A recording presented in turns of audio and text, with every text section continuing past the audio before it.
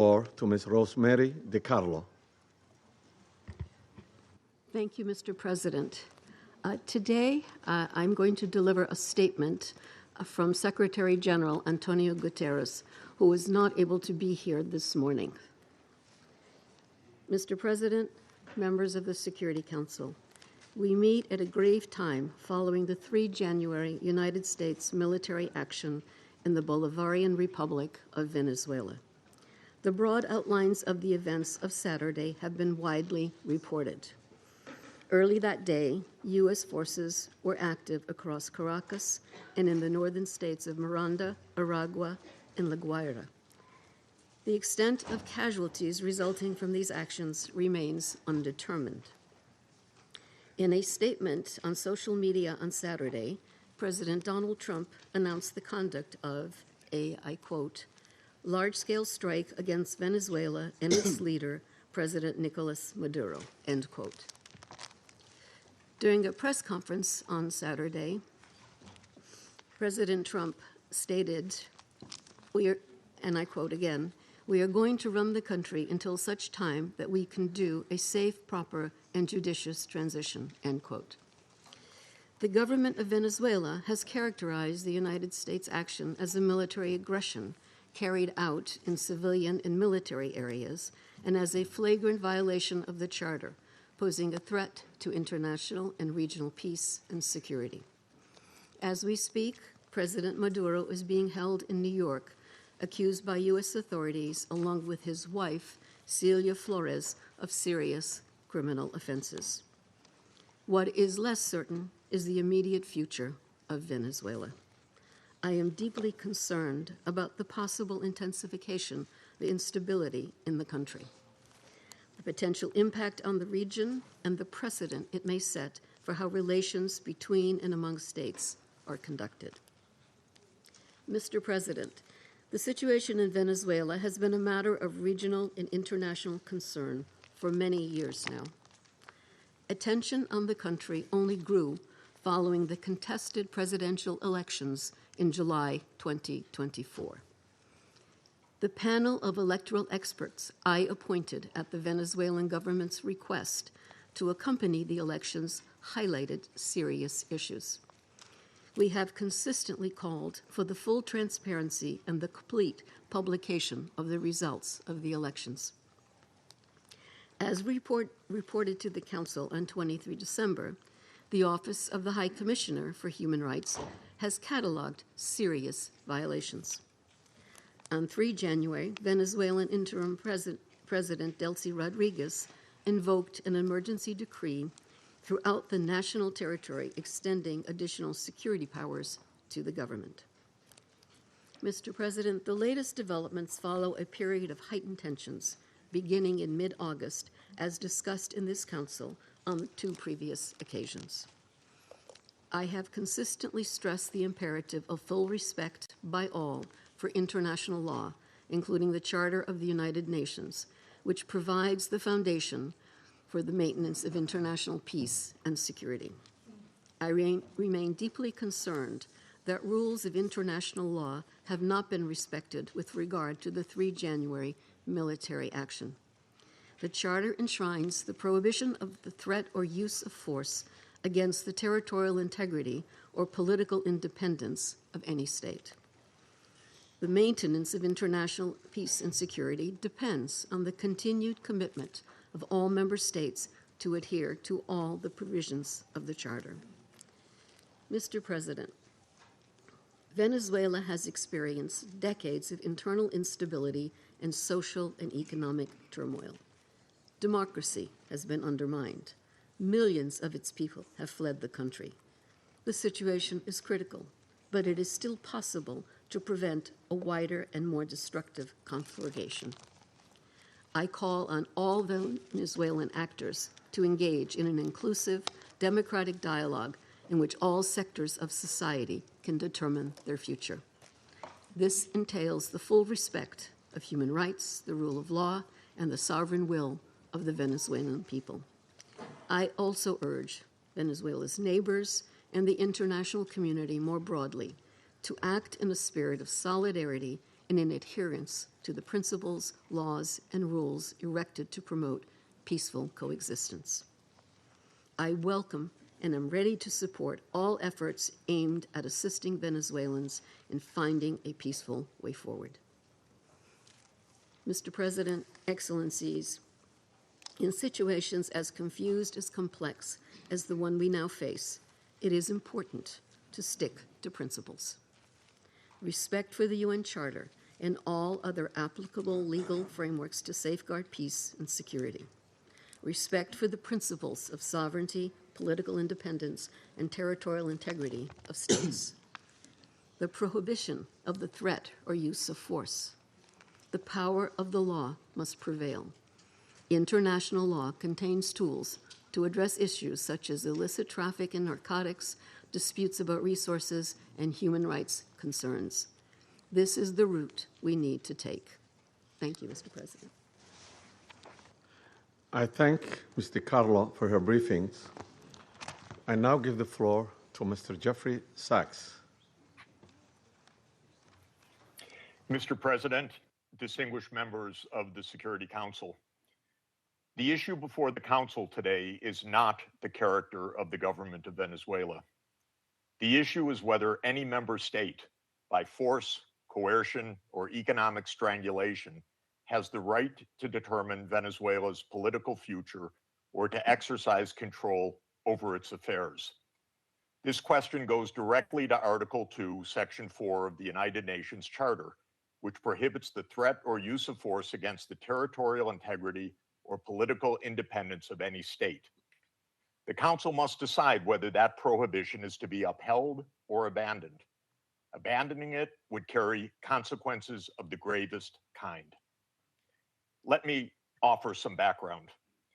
Since 1947, the United States foreign policy has repeatedly employed force, covert action, and political manipulation to bring about regime change in other countries.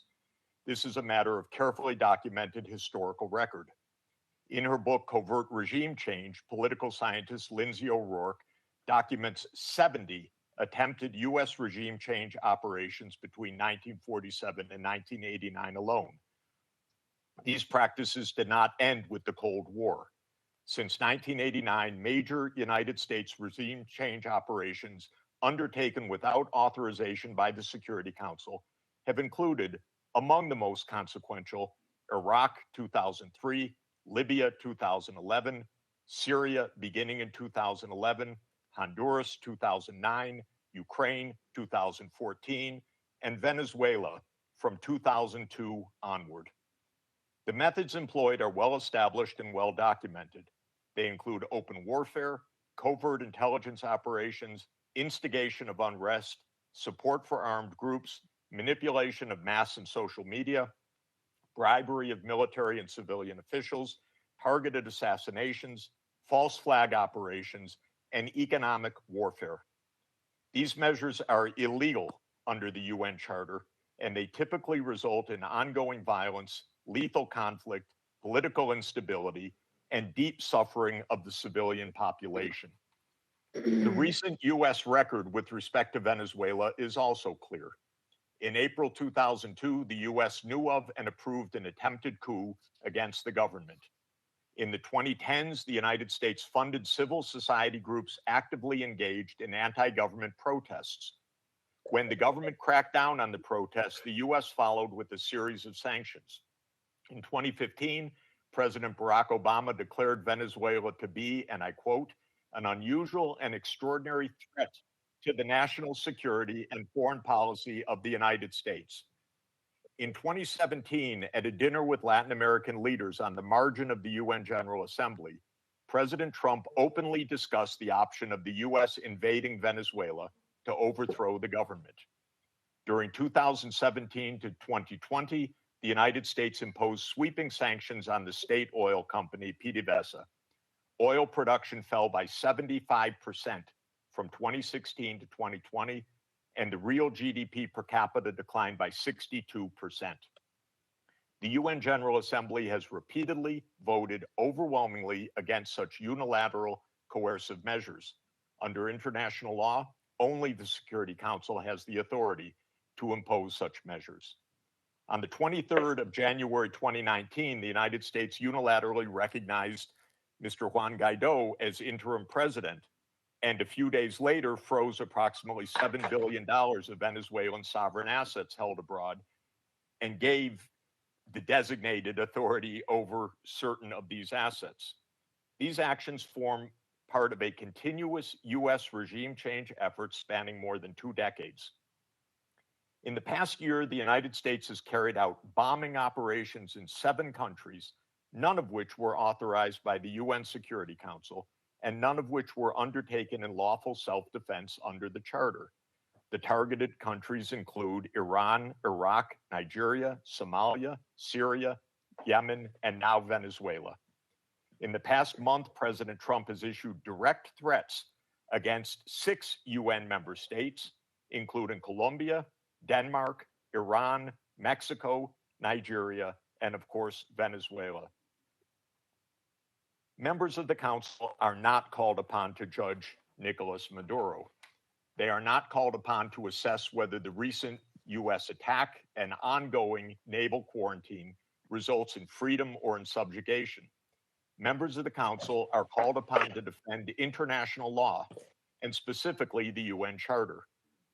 The realist school of international relations, articulated most brilliantly by John Mearsheimer, accurately describes the condition of international anarchy as the tragedy of great power politics. Realism is therefore a description, not a solution for peace. Its own conclusion is that anarchy leads to tragedy. In the aftermath of World War I, the League of Nations was created to end the tragedy through the application of international law. Yet the world's leading nations failed to defend international law in the 1930s, leading to renewed global war. The United Nations emerged from that catastrophe as humanity's second great effort to place international law above international anarchy. In the words of the Charter, the UN was created, quote, to save succeeding generations from the scourge of war, which twice in our lifetime has brought untold sorrow to mankind. Given that we are in the nuclear age, failure cannot be repeated. Humanity would perish. There would be no third chance. To fulfill its responsibilities under the Charter, the Security Council should immediately affirm the following actions.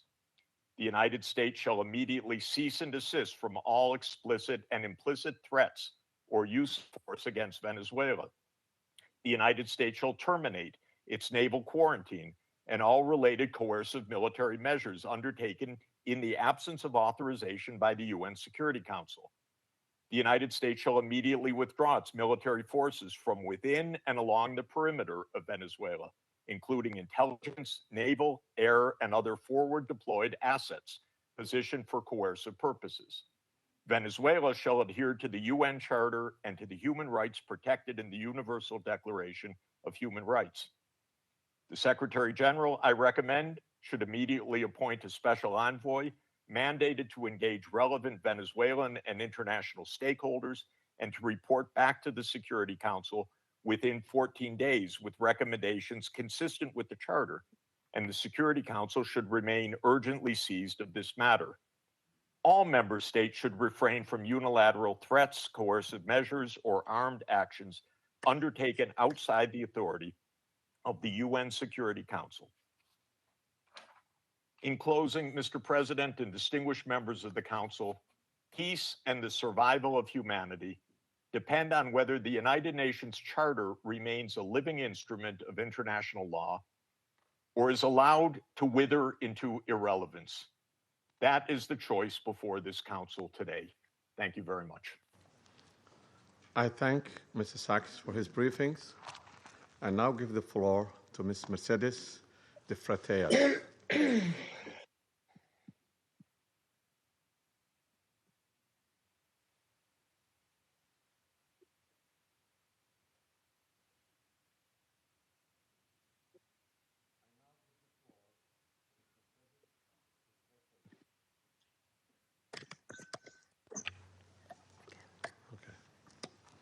My apology. I now give the floor to Ms. Mercedes de Freitas.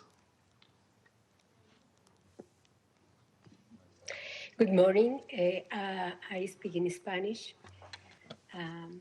Please give the translation. Buenos días, embajadores, Good morning, representantes de estados y ambassadors, gobiernos. Gracias representatives por esta of oportunidad. states and governments. Thank you very much for giving me this opportunity to speak. Sí, sí, no me escuchan. Can you hear me? Aló, aló, ¿me Can you escuchan? hear me? ¿Me We can escuchan? hear you, Disculpa, yeah. ya estoy aquí. Excuse me. Yes, we can hear you. Good morning. I speak in Spanish. Buenos días, señores embajadores, Good morning, representantes de ambassadors, estados. representatives Gracias por esta of heads oportunidad of de state and presentar los government. resultados Thank de you investigaciones que to desde Transparencia enable me to Venezuela tell you something about Transparency hemos estado Venezuela, desarrollando para the work that we have been doing. Para la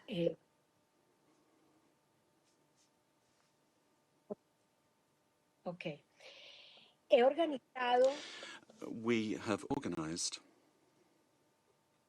la información que voy a presentar I've en 5 puntos. I've organized some information I'm going to put forward to you in 5 points. Volumen.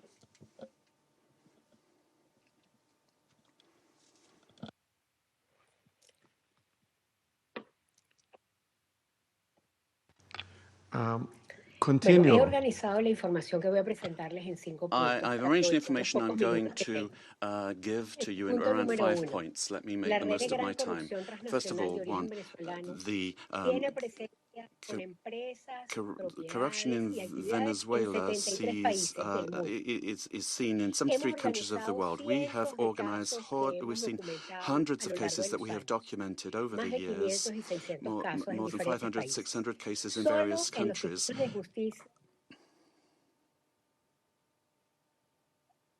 Continue, we can hear you. Go ahead, continue.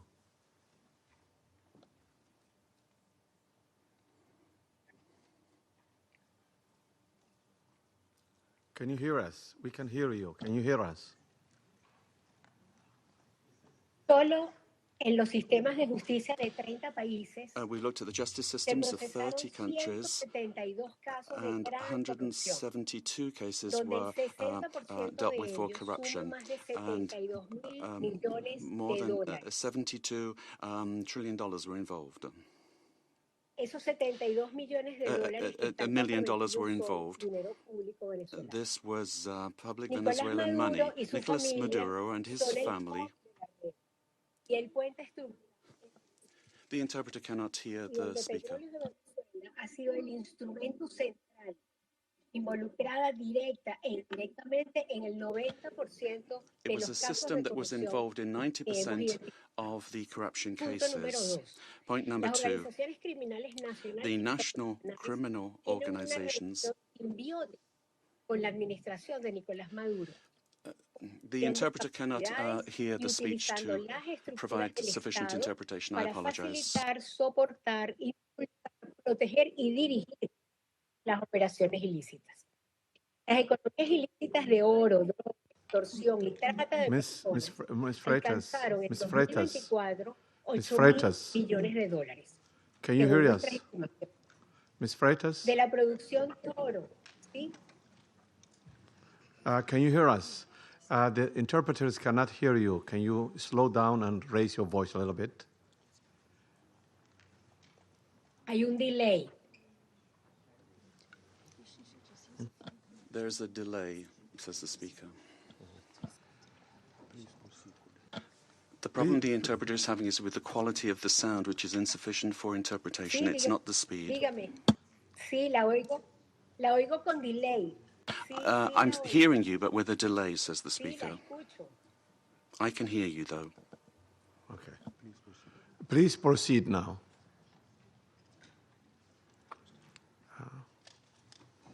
Okay, perfecto. Very well. El punto número 2. Las organizaciones criminales nacionales e internacionales. National and international criminal organizations have a symbiotic relationship with the regime of Nicolas Maduro, sharing capacity, using the state structures to facilitate impulsar, proteger y dirigir their las work operaciones and to ilícitas. protect Las illicit economías ilícitas operations de oro, de in drogas, gold, for example, extorsión y drugs, trata de extortion, personas, and human trafficking. alcanzaron, según nuestras And estimaciones, according to our estimates, 8.200.000 millones de dólares. this El de accounts la for producción about de oro, por $8 ejemplo, solo se billion. reporta el Gold, for 20% example, al only Tesoro 20% Nacional. is El reported resto to the va National a Treasury. cuentas The rest privadas goes to de private miembros accounts aliados del where alto gobierno. there are members and allies with the Ese government. proceso minero, además, ha This destruido áreas completas de mining nuestro estado industry Bolívar, has exploited del Parque so Nacional many Canaima people y de using nuestro national Amazonas. parks and also Para the lavar el Amazon dinero area. de la And then corrupción to y del launder the crimen money from organizado, la corruption, red comparte the operaciones y network estructuras y mecanismos de lavado de dinero has muy money laundering sofisticados. structures that are Y very desde el sophisticated. 2021 And since utilizan las 2021, criptoactivos a gran escala. and El punto 3. they've been involved in this work. La gran 3, corrupción y los ilícitos great son una de corruption las razones de reducción de los ingresos del Estado has led y to por a ende decrease del in the gasto income público, of the del state and empleo de therefore calidad, public de los servicios expenditure, básicos, and therefore de la affecting the economía quality of del país basic sigue en services. crisis aguda desde The hace current décadas. economy Tampoco is hay in dinero para crisis. pagar la There's deuda, no que hoy money suma either to service the debt. 167.000 millones de dólares que tiene a Venezuela en cesación de pagos selectivos, en un default técnico, desde el Although 2017, Venezuela has been in donde el primer technical acreedor default es since China, al que 2017. aún le debemos más de 15.000 millones de dólares. We owe more punto than $15 million. Los For venezolanos hemos tenido que aprender a Venezuelans vivir have con had to pocas learn horas to de luz live with en gran just a parte del few país, desde hours Caracas, of inclusive en las otras ciudades del electricity país. per day in very many parts of the country. Hemos aprendido a protegernos And we've de la learned to extorsión protect diaria ourselves y from generalizada daily desde los grupos extortion armados from the colombianos, desde los grupos de from the crimen armed Colombian organizado, groups or the pero también organized crime lamentablemente groups, but desde los funcionarios del Estado. also Millones elements de of the familias state. tienen una sola comida al día So many y con families bajo only nivel have one calórico. meal per Los day datos de below the desnutrición calories y that they need, nutrición empeoran affecting cada their día. nutrition, which is Los getting worse programas day by day. humanitarios no son Humanitarian suficientes. programs are not Se sufficient. eliminó el sistema de contrapesos y la independencia entre los poderes públicos. Ese es mi quinto punto. And then El 5, there's grupo en el no poder checks hoy and en día en balances Venezuela between tiene capturado toda la government estructura departments. institucional, The comenzando government por el has sistema de captured justicia all y con la institutions, industria beginning petrolera, with the principal justice generadora de institutions and ingresos y de also los the oligopolios oil en los company sectores económicos responsible clave. for the majority of Para income mantener for the el country. In control y order la to maintain impunidad de los control negocios ilícitos, and the impunity of these illicit aplican un operations, sistema represivo cada a vez más repressive atroz. system that's getting Hoy, worse and worse is being applied. además, hay más de And 1.000 presos today there are políticos, more cifra than que cambia 1,000 tras una political aterradora prisoners. puerta giratoria. Para finales de año, At 86 the de end esos of the presos políticos se year, desconocía su paradero y 26 personas ya han muerto bajo custodia del Estado 26 durante torturas people o por falta de died atención during médica. torture La misión de or because determinación de a los lack hechos of de medical Venezuela de care. Naciones Unidas ha documentado cientos de United torturas Nations has y esto documented no many of se ha these detenido aún. cases. Para cambiar esta realidad necesitamos un Estado íntegro y transparente que We rinda need a cuentas, transparent que state that is garantice el Estado de accountable, Derecho y that los will derechos guarantee the humanos, rule of que law and proteja human los rights, recursos that will públicos para el beneficio protect de todos sin public privilegios, goods for con un everyone without sistema de justicia privilege, autónomo e a independiente. system that's autonomous and Necesitamos inversión de independent. capitales We need constructivos investment que nos in permitan building pagar la deuda, capacity pero también that crecer, sostener con dignidad a todos los venezolanos. will Que se enable respete us to la have a voluntad dignified del life. pueblo venezolano de We vivir must respect the will en of the democracia. Venezuelan people Por to live último, in una peace and petición, democracy. And es finally, a una súplica. request La to libertad you. para todos los presos Freedom políticos for all venezolanos. political prisoners Muchísimas in the gracias. country. Thank you very much. I thank to Ms. Freitas for her briefing. I now give the floor to those council members who wish to make statements. I give the floor to the representative of Colombia. Señor presidente, Mr. President, Colombia agradece a Colombia would like Somalia to thank en su calidad Somalia de in your presidencia del quality Consejo de as Seguridad President por of the haber Security acogido Council con celeridad for nuestra having petición quickly para responded to convocar our esta request to reunión de convene emergencia, this emergency meeting, así como a China as well y as thanking Rusia China and por el Russia apoyo a for esta their convocatoria. support Le for holding of deseamos a this usted, meeting. señor And we wish you, presidente, Mr. President, una exitosa gestión durante este mes de enero, a en un successful momento month particularmente managing the delicado work of the para la Council paz y la at a seguridad particularly internacional. delicate time for international peace and Asimismo, security. agradezco a la I'd also like Secretaria to General thank para Asuntos Políticos Undersecretary General y de for Political Consolidación Affairs de and Paz de las Peace Building Naciones of the Unidas United Nations y a los oradores and the invitados por invited sus briefers. We thank them all for their Esta es la primera intervención briefings. de Colombia This en is el the first Consejo time de Colombia is Seguridad taking the como floor in the miembro Security no Council as a permanente para el non-permanent periodo member for the period 2026-2027. 2026-2027. Colombia asume esta Colombia responsabilidad is con taking on this profundo sentido de responsibility deber with y a lo deep hace. sense of duty, Desde el primer día, and en we are going to do defensa this from the first inequívoca day, del derecho internacional y de los defending principios y international law and the propósitos purposes and consagrados principles en la Carta de enshrined las in the Naciones United Unidas, Nations Charter. la paz, la International seguridad peace and internacionales, security, la solución the pacífica de peaceful las settlement controversias, of disputes, la prohibición the del uso de la prohibition of the fuerza, use of la force, igualdad sovereign soberana, el equality, respeto a la integridad respect for territorial the y la territorial independencia integrity and política de political todos los estados. independence of all states. Colombia condena de Colombia manera categórica condemns los sucesos categorically ocurridos en la the madrugada events del 3 that de enero en occurred in the early Venezuela, morning of the 3rd of en donde se January han in Venezuela, registrado múltiples we saw explosiones y multiple actividades aéreas explosions sobre and Caracas air y activity otras over zonas del Caracas país, and other en el areas of the contexto de country un as ataque part militar of a llevado military por los attack Estados Unidos, carried out by el the cual ha United incluido States,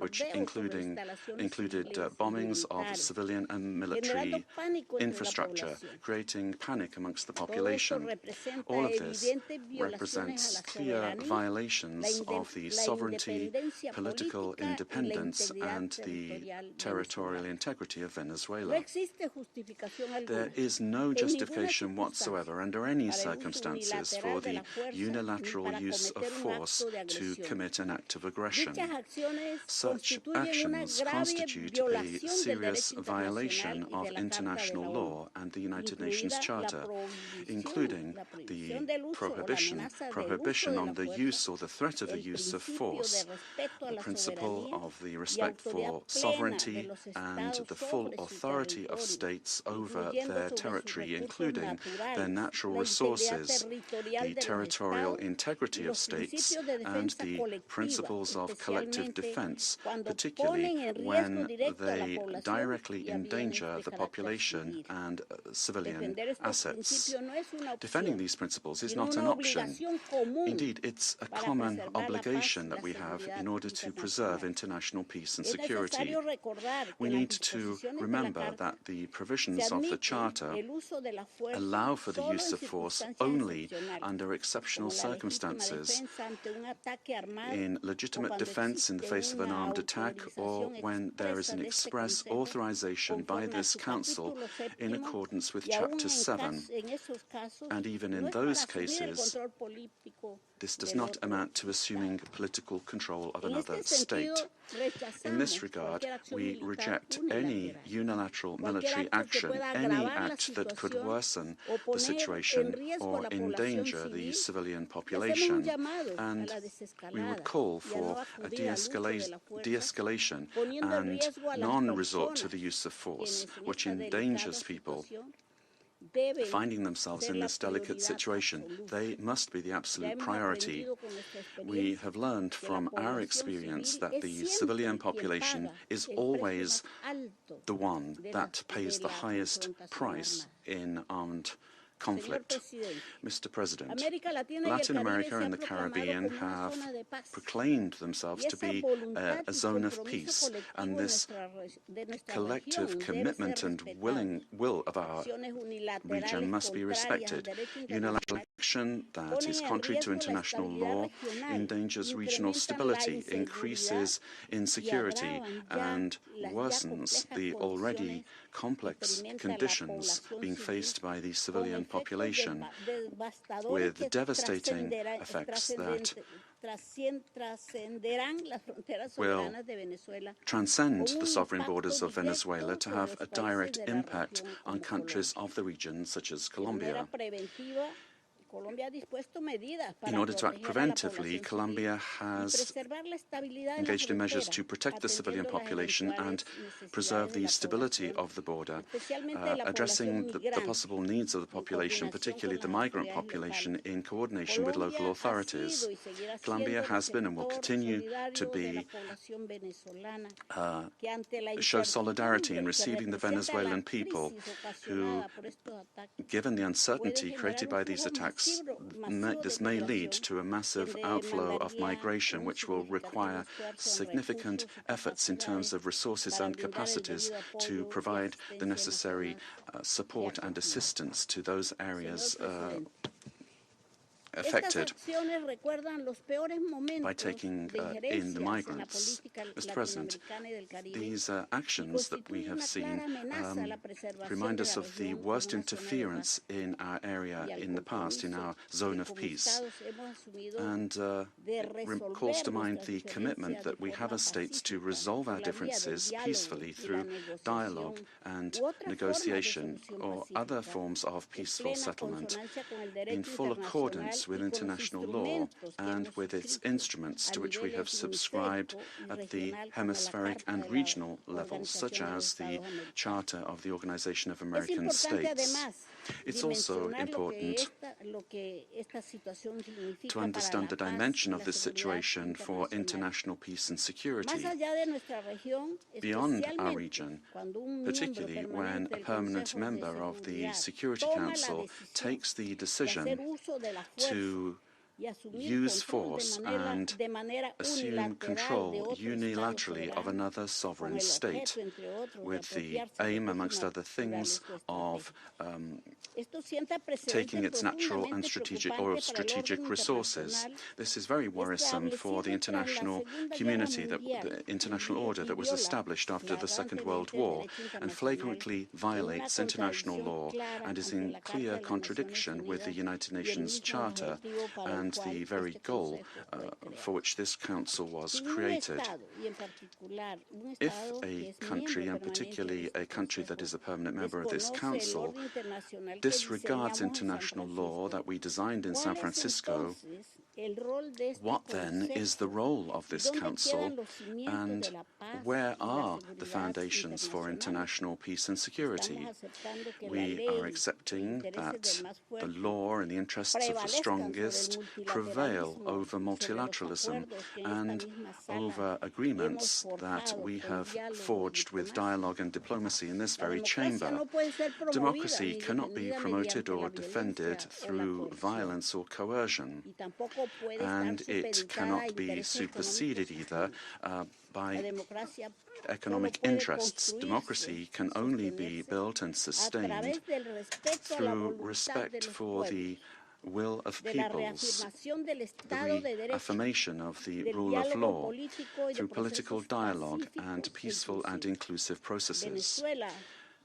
Venezuela deserves to live in peace, in democracy, prosperity, and dignity, with a government that is defined in sovereignty by no one else than the Venezuelan people and their institutions. This is why Colombia has reiterated its call to open up paths for democracy in Venezuela through specific popular decisions being taken. The importance of preserving peace, respect for international law, and the protection of life and human rights must prevail over anything else. Colombia reaffirms its conviction that working tirelessly under these principles in our new role as a non-permanent member of the Security Council is what we plan to do, and we make ourselves available, our good offices available for a diplomatic way out of the current crisis in this brotherly country. We will meet our responsibility, primary responsibility, to maintain international peace and security. And given the seriousness of the events, we will continue to pay attention to this issue. And we'd also like to thank the Secretary General of the United Nations for providing his its good offices to defend the purposes and principles of the United Nations Charter, to activate channels for mediation available to him and facilitate dialogue with the parties concerned, looking in the search for alternatives that will make it possible to find a way out of the situation led by Venezuelans themselves and provide assistance to Venezuelans that need this. In conclusion, we'd urge the parties to exercise maximum caution and restraint, to de-escalate tensions and to follow dialogue and diplomatic channels and develop mechanisms to avoid continued flagrant violations of international law. This will require the help of the United Nations and of regional organizations. Thank you very much, Mr. President. I thank the representative of Colombia for her statement and now give the floor to the representative of Russian Federation. Mr. President, first and foremost, we wish to congratulate you on your accession to the presidency of the Security Council. And second, we wish to welcome the newly elected members of the Security Council. The beginning of this new year shocked all of those throughout the world who cherished the hope that respect for international law and non-intervention in domestic affairs of other states, as well as a reliance upon diplomacy and seeking of compromise, became key principles in the work of the new U.S. administration. The assault against the leader of Venezuela, compounded by the deaths of dozens of Venezuelan and Cuban citizens, in the eyes of many, has become a harbinger of a turn back to the era of lawlessness and U.S. domination by force, chaos, and lawlessness, which continues to afflict dozens of states in various regions of the world. There is no and can be no justification for the crimes cynically perpetrated by the United States in Caracas. We firmly condemn the U.S. act of armed aggression against Venezuela in breach of all international legal norms. In connection with the confirmed reports about the presence of the abducted president of Venezuela, Nicolas Maduro, and his spouse in the United States, today, as we are aware, they are in New York, we call upon, corrects the Speaker, the U.S. leadership to immediately release the legitimately elected president of an independent state and his spouse. Any problems existing or conflict between the United States and Venezuela need to be resolved through dialogue. And this is precisely what is enshrined in the UN Charter, the purposes and the principles of which a number of states in recent years have begun to apply selectively, depending upon the political landscape. Today, we are reaping the consequences of their recklessness and selectivity in matters related to respect for the norms of international law, which were linked to the so-called rules-based world order. Here is your rules-based world order in all of its glory, which is horrifying even the staunchest Atlanticists. Mr. President, we extend our firm solidarity with the people of Venezuela in the face of the external aggression. We firmly support and completely support the policy of the Bolivarian government, which is geared towards protection of their national interests and the sovereignty of the country. Washington's aggressive acts have already been condemned by many states and multilateral associations, including the Non-Aligned Movement, the African Union, as well as a group of friends in defense of the Charter of the United Nations. We hope that the international banditry will immediately be met with objective and comprehensive assessment at the international legal level with United Nations universal mechanisms and other multilateral formats being brought to bear. This process must not be impacted by the recognition or non-recognition by any given states or groups of states of the legitimacy of Nicolás Maduro. For this reason, unintelligible murmurings and attempts to avoid principled assessments by those who in other circumstances froth at the mouth and demand that others respect the UN Charter today seem particularly hypocritical and unseemly. We hope you will recognize this, and we hope that you will abandon double standards and that you will not attempt to justify such an egregious act of aggression due to a fear of angering the American global gendarme, which is attempting to once again rear its head. We are particularly appalled by the unparalleled cynicism with which Washington did not even attempt to conceal the true aims of its criminal operation, namely the establishment of unbridled control over Venezuela's natural resources and the assertion of their hegemonical ambitions in Latin America. In this way, Washington is generating fresh momentum for neocolonialism and for imperialism, which were repeatedly, decisively condemned and repudiated by the peoples of this region and by the global South as a whole. Distinguished colleagues, under these circumstances, it is exceedingly important for the entire international community to unite and to definitively reject the methods and tools of U.S. military foreign policy, which have been demonstrated in the case of Venezuela. This is the only way it is possible to compel Washington to revisit and to abandon their dangerous misconceptions. As we stated during previous meetings on Venezuela, the bell now tolls across the region, ringing for every country of the Western Hemisphere. The bell is ringing for all UN member states and for the future of the organization itself. Failing to hear this call today is tantamount to projecting cowardice and the lack of principle, essentially blessing ongoing encroachments of international law and rejecting civilized international conduct as a whole. We cannot allow the United States to proclaim itself as some kind of a supreme judge which alone bears the right to invade any country, to label culprits, to hand down and to enforce punishments, irrespective of notions of international law, sovereignty, and non-intervention.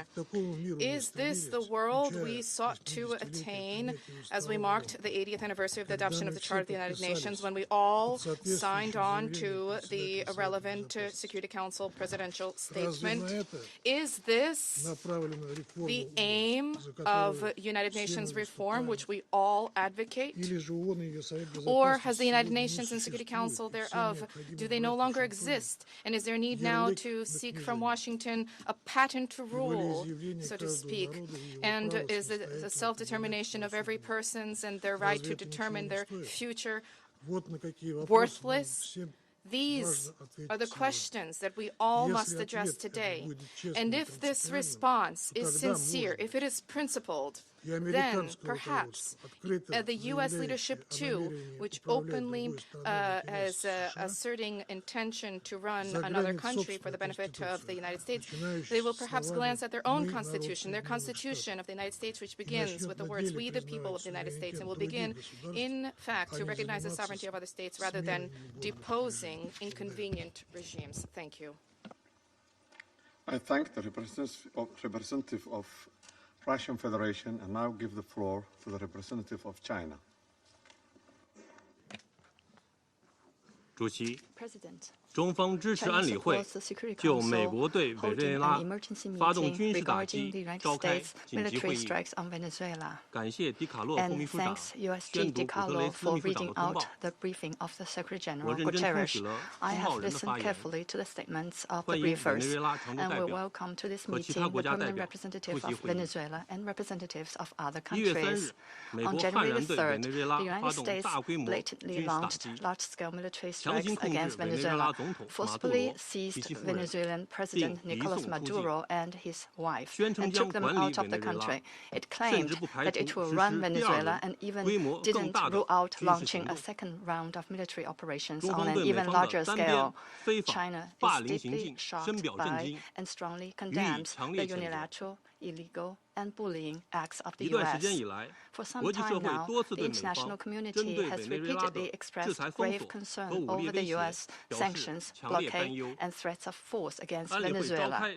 The Council convened 2 emergency meetings, during which Secretary General Guterres, many Council members, and countries in the region and beyond unanimously called for abiding by the UN Charter and the international law, maintaining calm and restraint, resolving disputes peacefully, de-escalating tensions, and safeguarding regional stability. However, as a permanent member of the Council, the U.S. has disregarded the grave concerns of the international community, wantonly trampled upon Venezuela's sovereignty, security, and legitimate rights and interests, and seriously violated the principles of sovereign equality, non-interference in internal affairs, peaceful settlement of international disputes, and the prohibition of the use of force in international relations.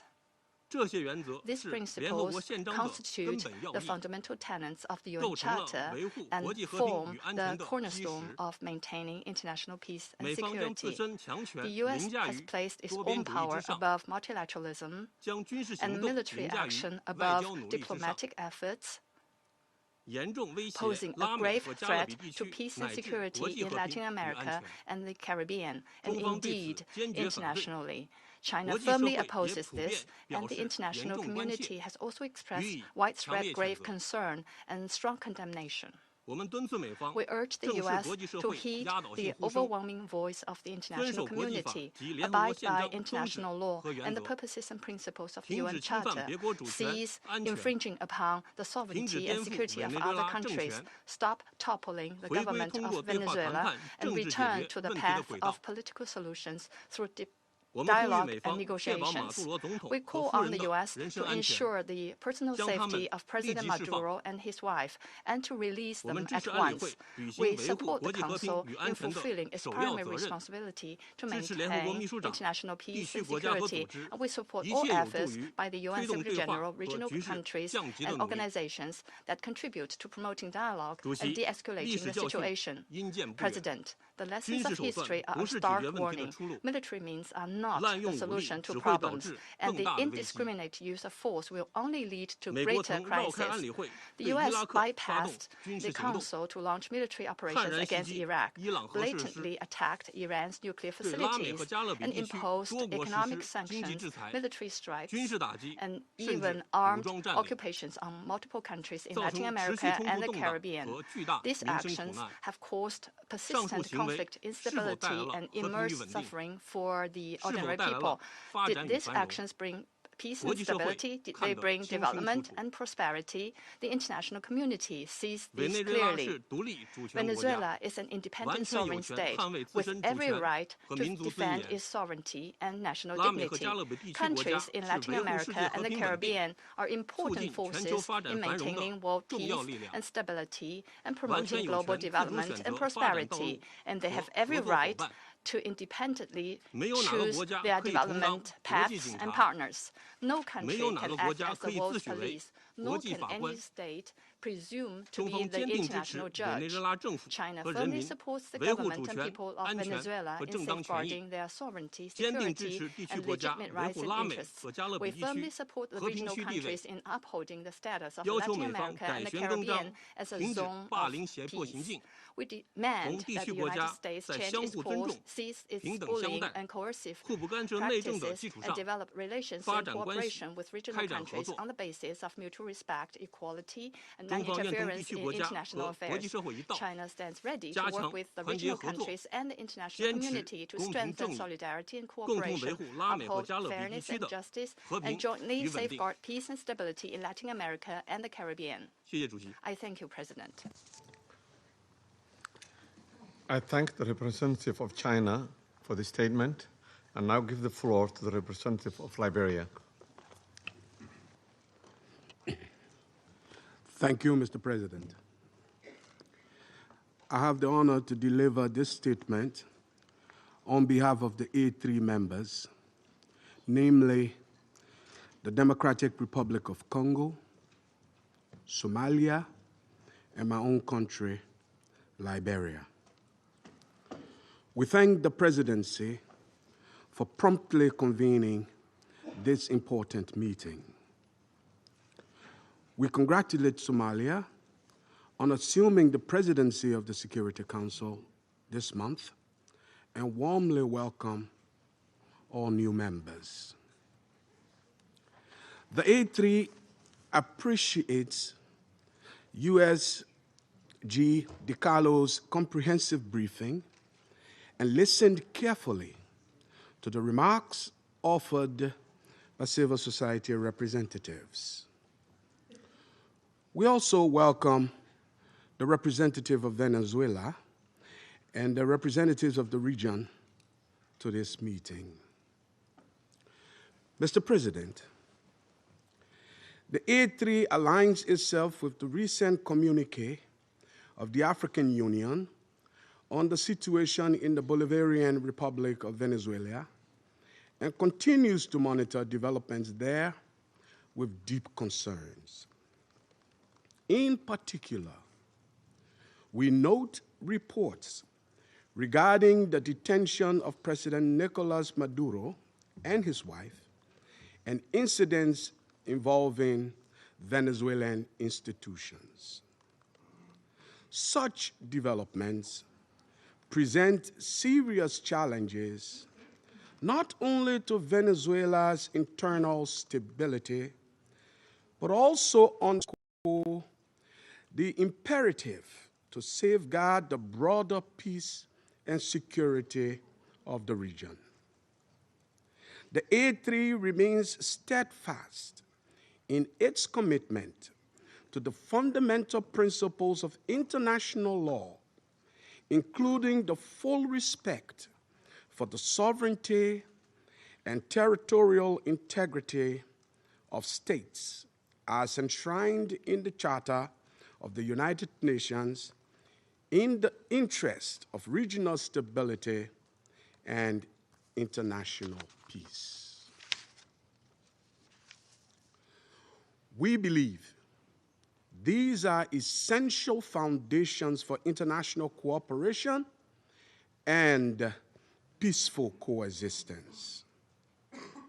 Our position underscores the importance of dialogue, the peaceful settlement of disputes, and respect for constitutional and institutional frameworks. Mr. President, the complex situation in Venezuela requires a comprehensive response that is both inclusive and nationally owned. We continue to hold that a sustainable and peaceful resolution can only be found through constructive dialogue among Venezuelans themselves, with genuine respect for the aspiration and rights of the Venezuelan people, and with the constructive support of the international community. The A3 expresses its solidarity with the people of Venezuela and reiterates the African Union's commitment to peace, stability, and mutual respect among nations and regions.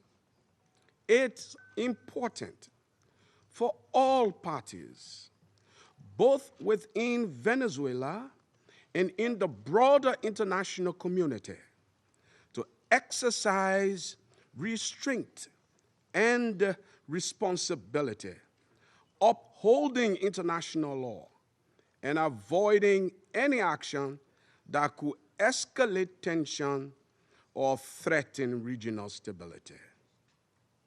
The A3 stands ready to support all efforts within this Council and in cooperation with regional partners to facilitate a peaceful, inclusive, and lasting resolution to the situation in Venezuela.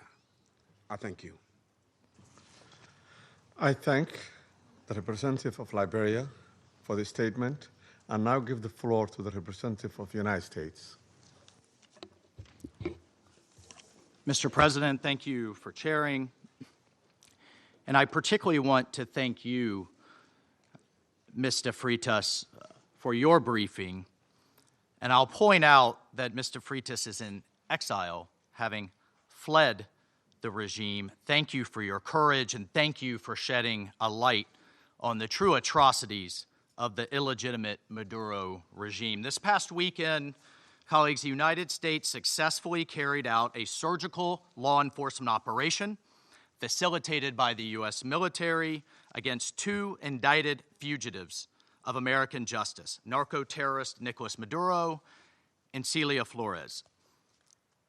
Colleagues, Nicolas Maduro is responsible for attacks on the people of the United States, for destabilizing the Western Hemisphere, and illegitimately repressing the people of Venezuela. As Secretary Rubio has said, there is no war against Venezuela or its people.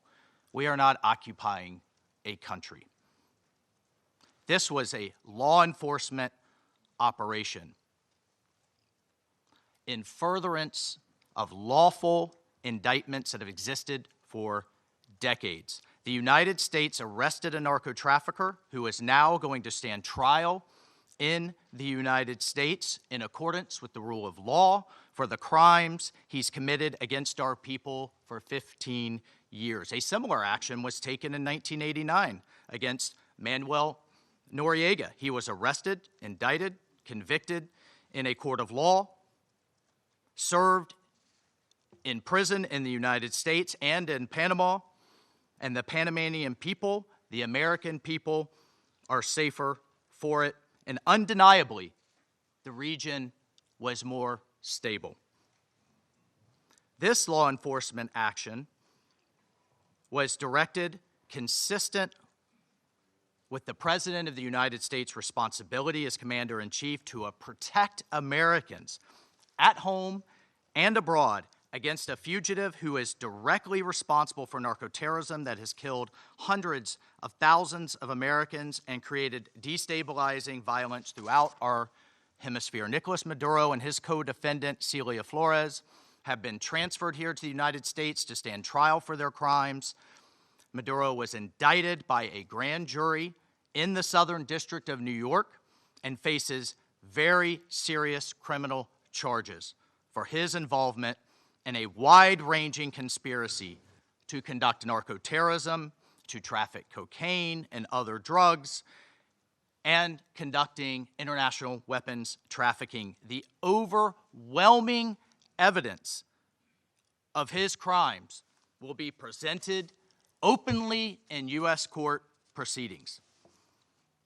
Colleagues, Maduro is not just an indicted drug trafficker. He was an illegitimate so-called president. He was not a head of state.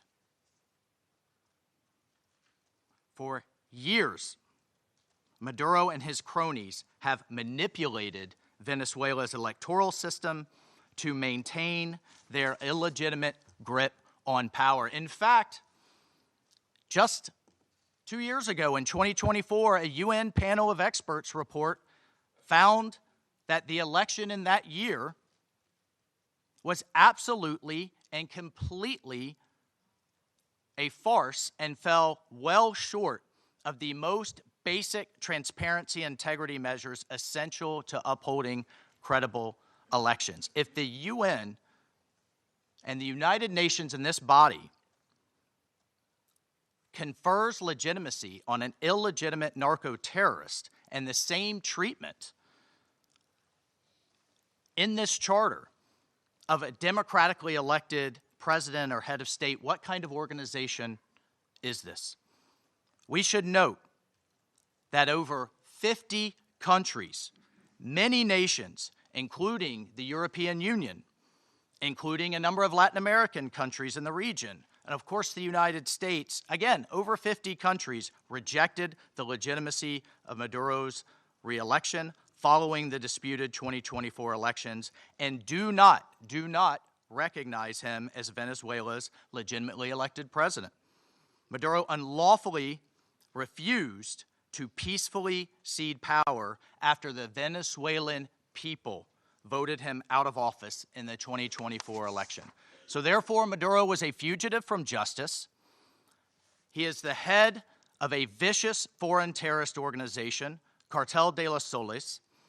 This regime-sponsored enterprise coordinates with and relies on other vicious criminal organizations, namely Tren de Aragua, again, among others, to carry out its objective of using illegal narcotics as a weapon against the United States. And for its part, Tren de Aragua is a designated foreign terrorist organization with thousands of members, many of whom have unlawfully infiltrated the United States and are conducting irregular warfare and undertaking hostile actions against the American people and against the United States. It's terrorizing criminals commit brutal crimes, including murders, kidnappings, extortions, and human, drug, and weapons trafficking. This administration, President Trump, will not stand for it. In fact, in March of 2025, President Trump declared that Tren de Aragua quote, Tren de Aragua is undertaking hostile actions and conducting irregular warfare against the territory of the United States, both directly and at the direction, clandestine or otherwise, of the Maduro regime in Venezuela. Maduro and his cronies have partnered with some of the most violent and prolific drug traffickers and narco-terrorists in the world for decades, facilitating the flood of illegal drugs coming in the United States, estimated to be several hundred tons annually.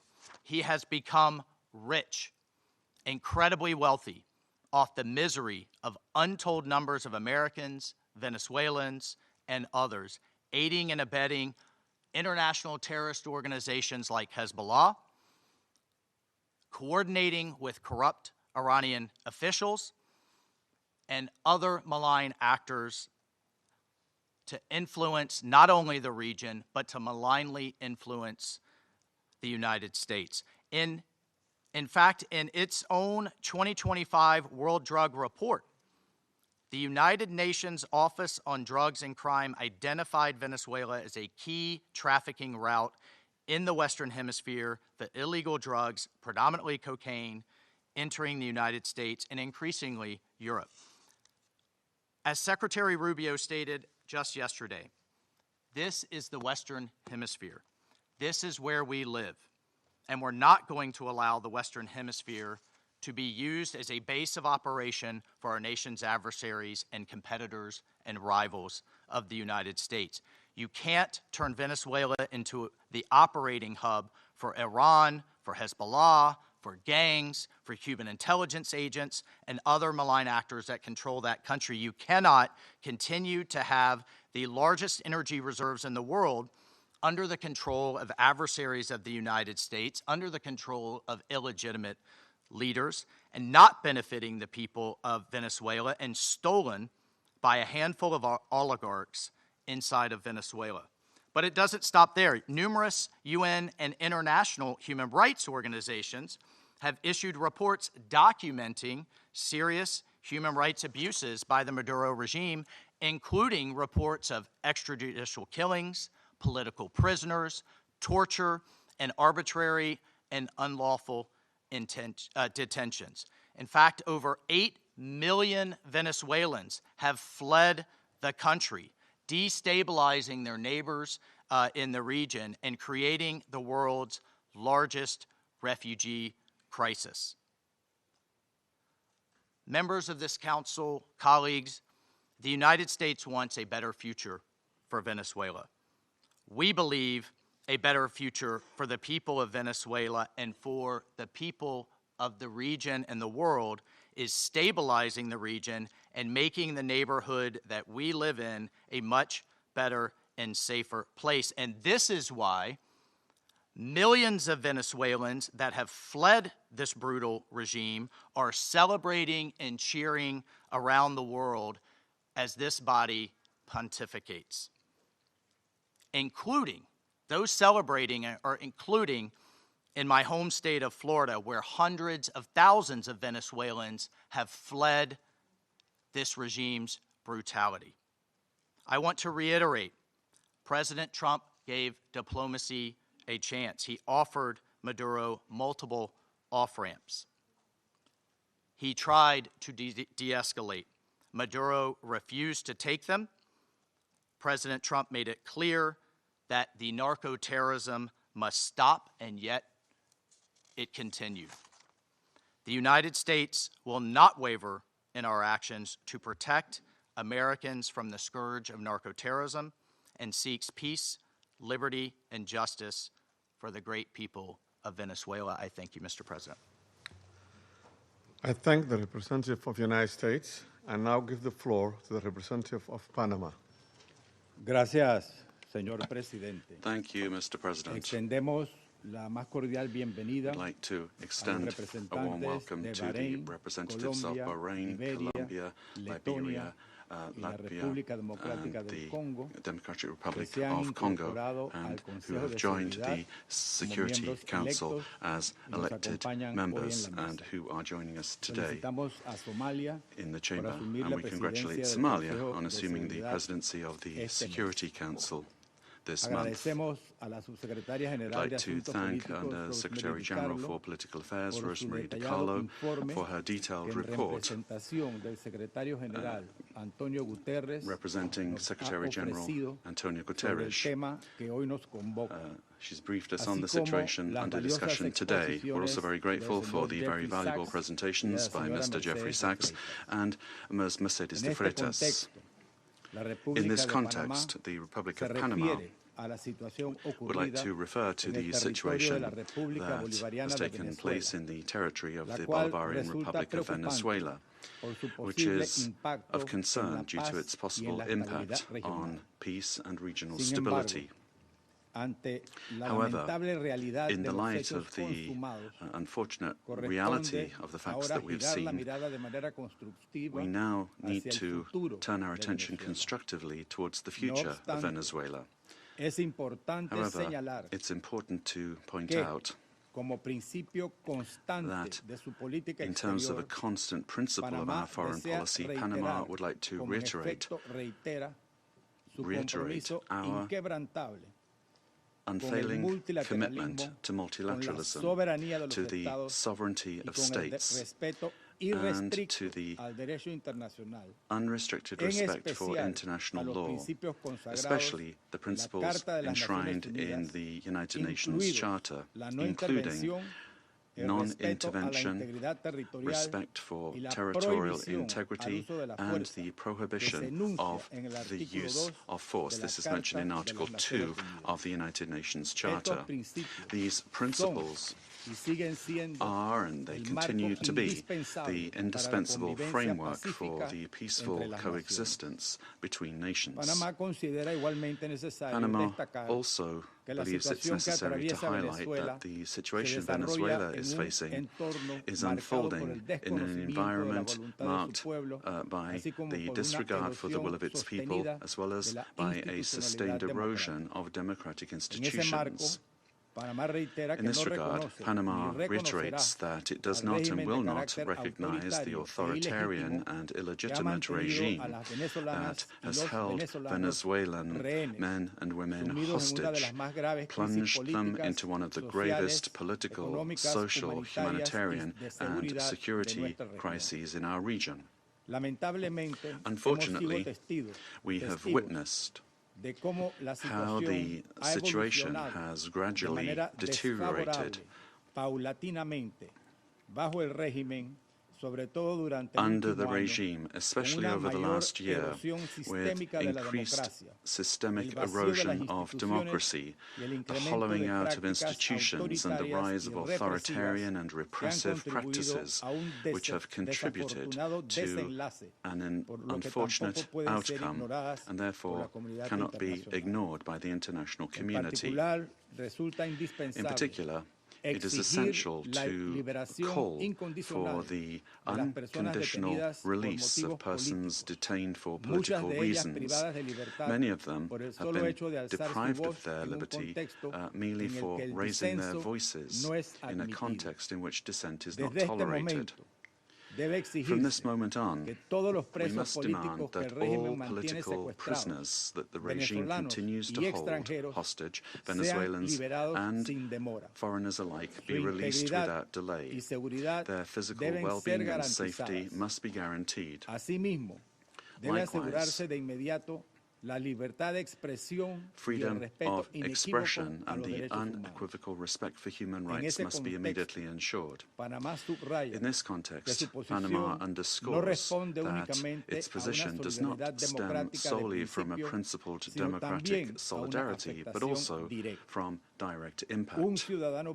A Panamanian citizen, Mr. Olmedo Núñez, remains arbitrarily detained in Venezuela without formal charges, without due process, without full access to a defense, and without effective consular guarantees. Added to this is the human impact of a multidimensional crisis that has forced around 9 million Venezuelans, men and women, to leave their homes, compelled to live in displacement and vulnerability as a consequence of the institutional and social collapse generated by the regime. A crisis that has had significant regional repercussions, reflected both in the irregular migration flows from south to north of a significant number of Venezuelan nationals, as well as reverse migration movements, including also a lot of Venezuelans, the effects of which are felt particularly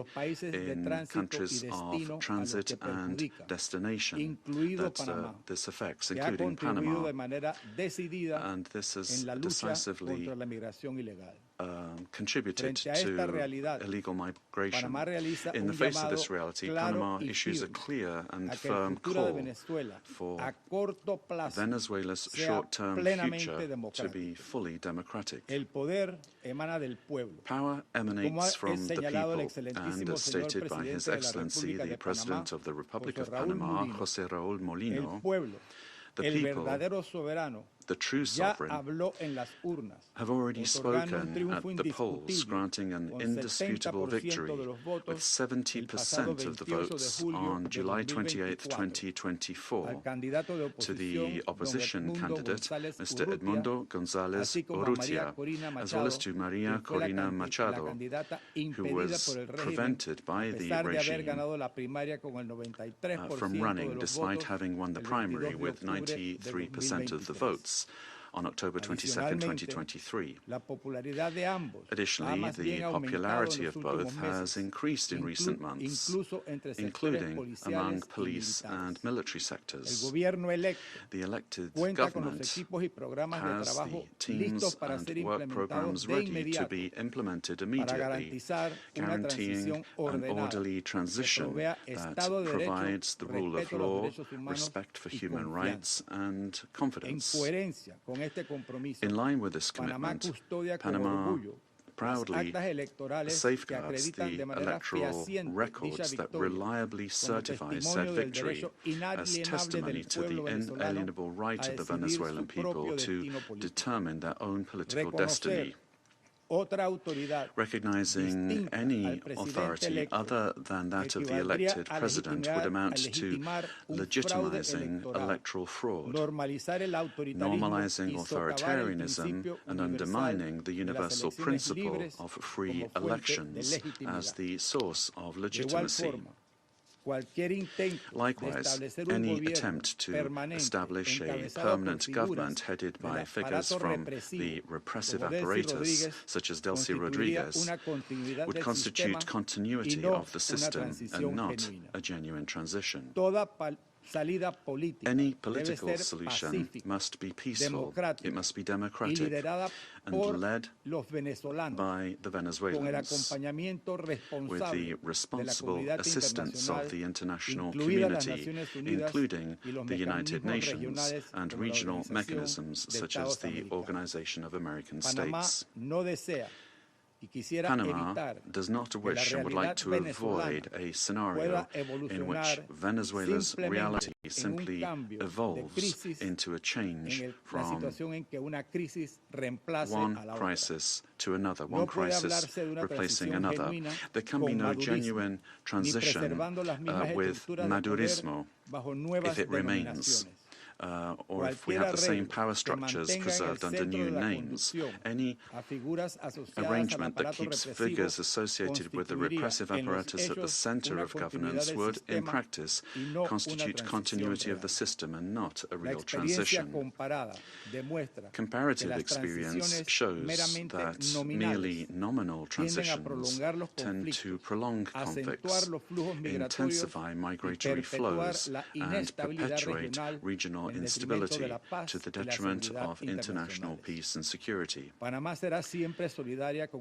will always stand in solidarity with an orderly and democratic transition process, anchored in the popular will already expressed at the polls on July 28, 2024, aimed at restoring democratic institutions through an interim period strictly limited in time, the sole purpose of which is to create the conditions necessary for the effective exercise of the Venezuelan people's right to self-determination. As a country that recovered its democracy and sovereignty, Panama can state clearly that there can be no peace without legitimacy, nor legitimacy without democracy, and that every democracy is ultimately based on respect for the popular will. Mr. President, Panama, due to our commitment to multilateralism and international law, in its capacity as member of the Security Council, will continue to contribute responsibly to collective efforts aimed at preserving peace, strengthening democracy, and supporting legitimate and sustainable solutions anchored in the sovereign will of peoples and respect for international law. Thank you very much.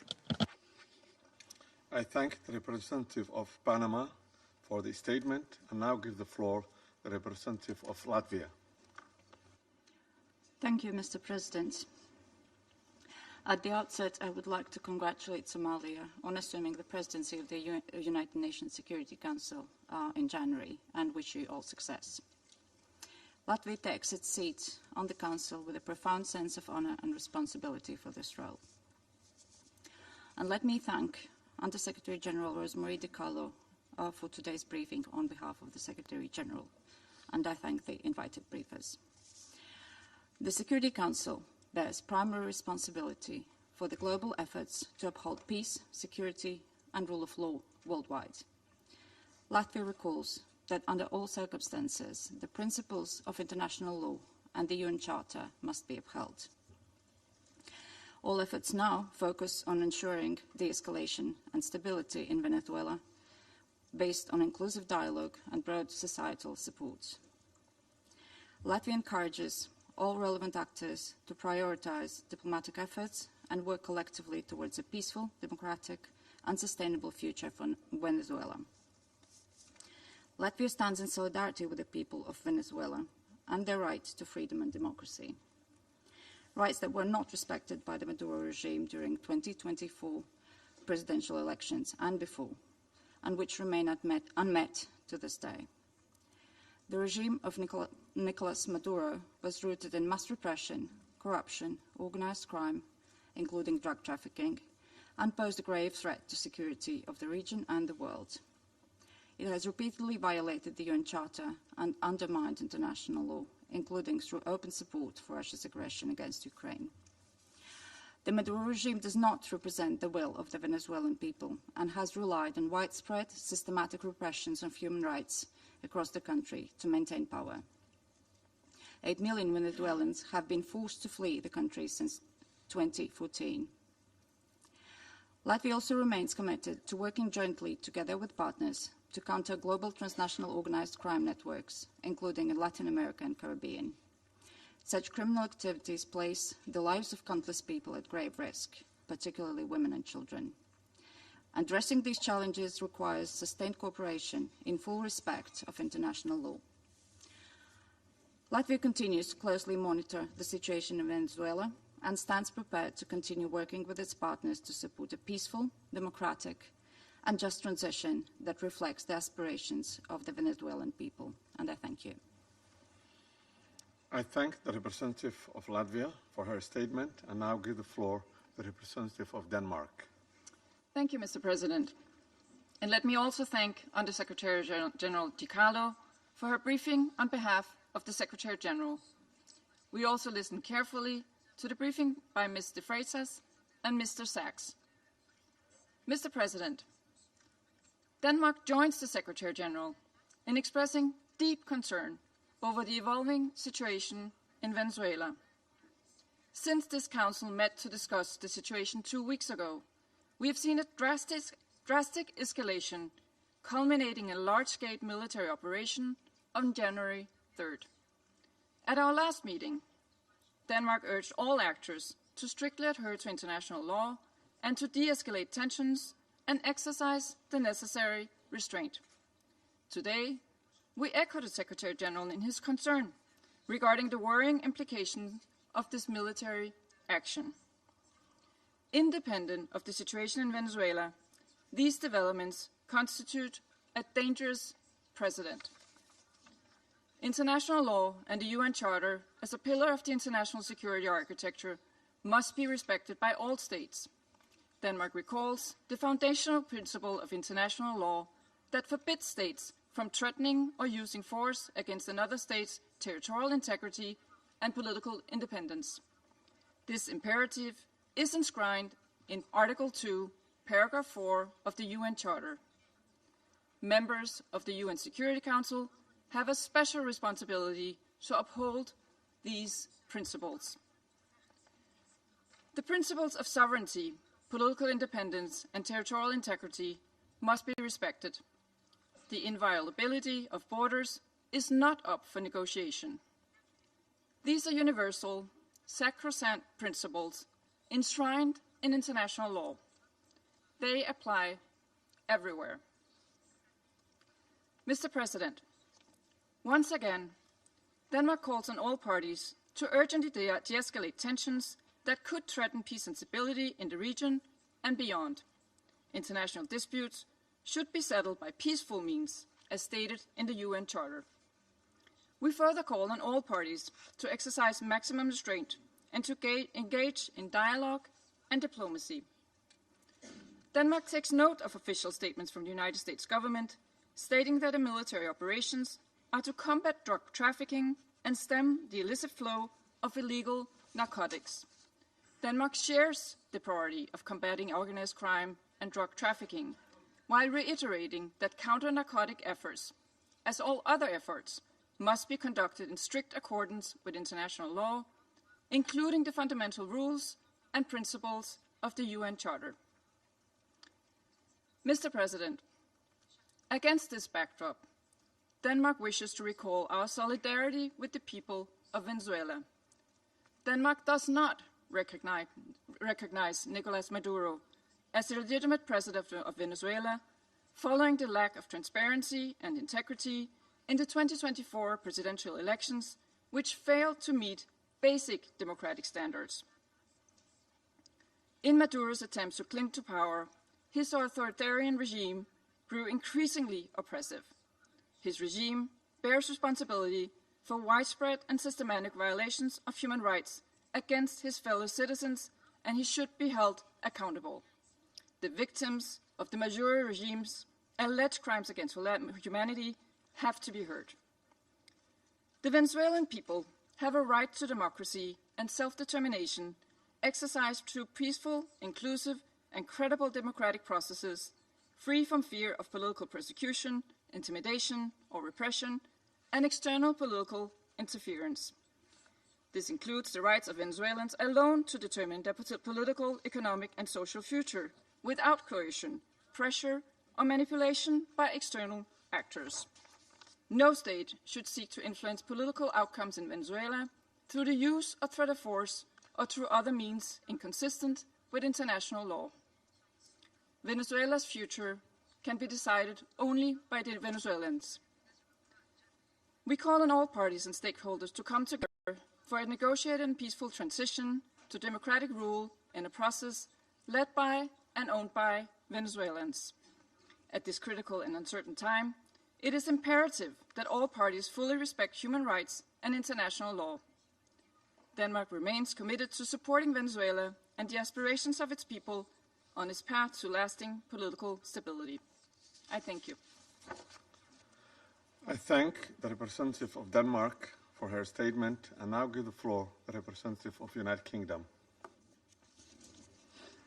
Thank you, President. I congratulate Somalia on the assumption of the presidency of the Council for the month of January.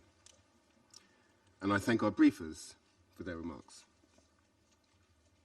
Colleagues, the Venezuelan people have suffered for years. This Council now meets at a pivotal moment for Venezuela's future. Maduro's actions created extreme levels of poverty, violent repression, and failing basic services.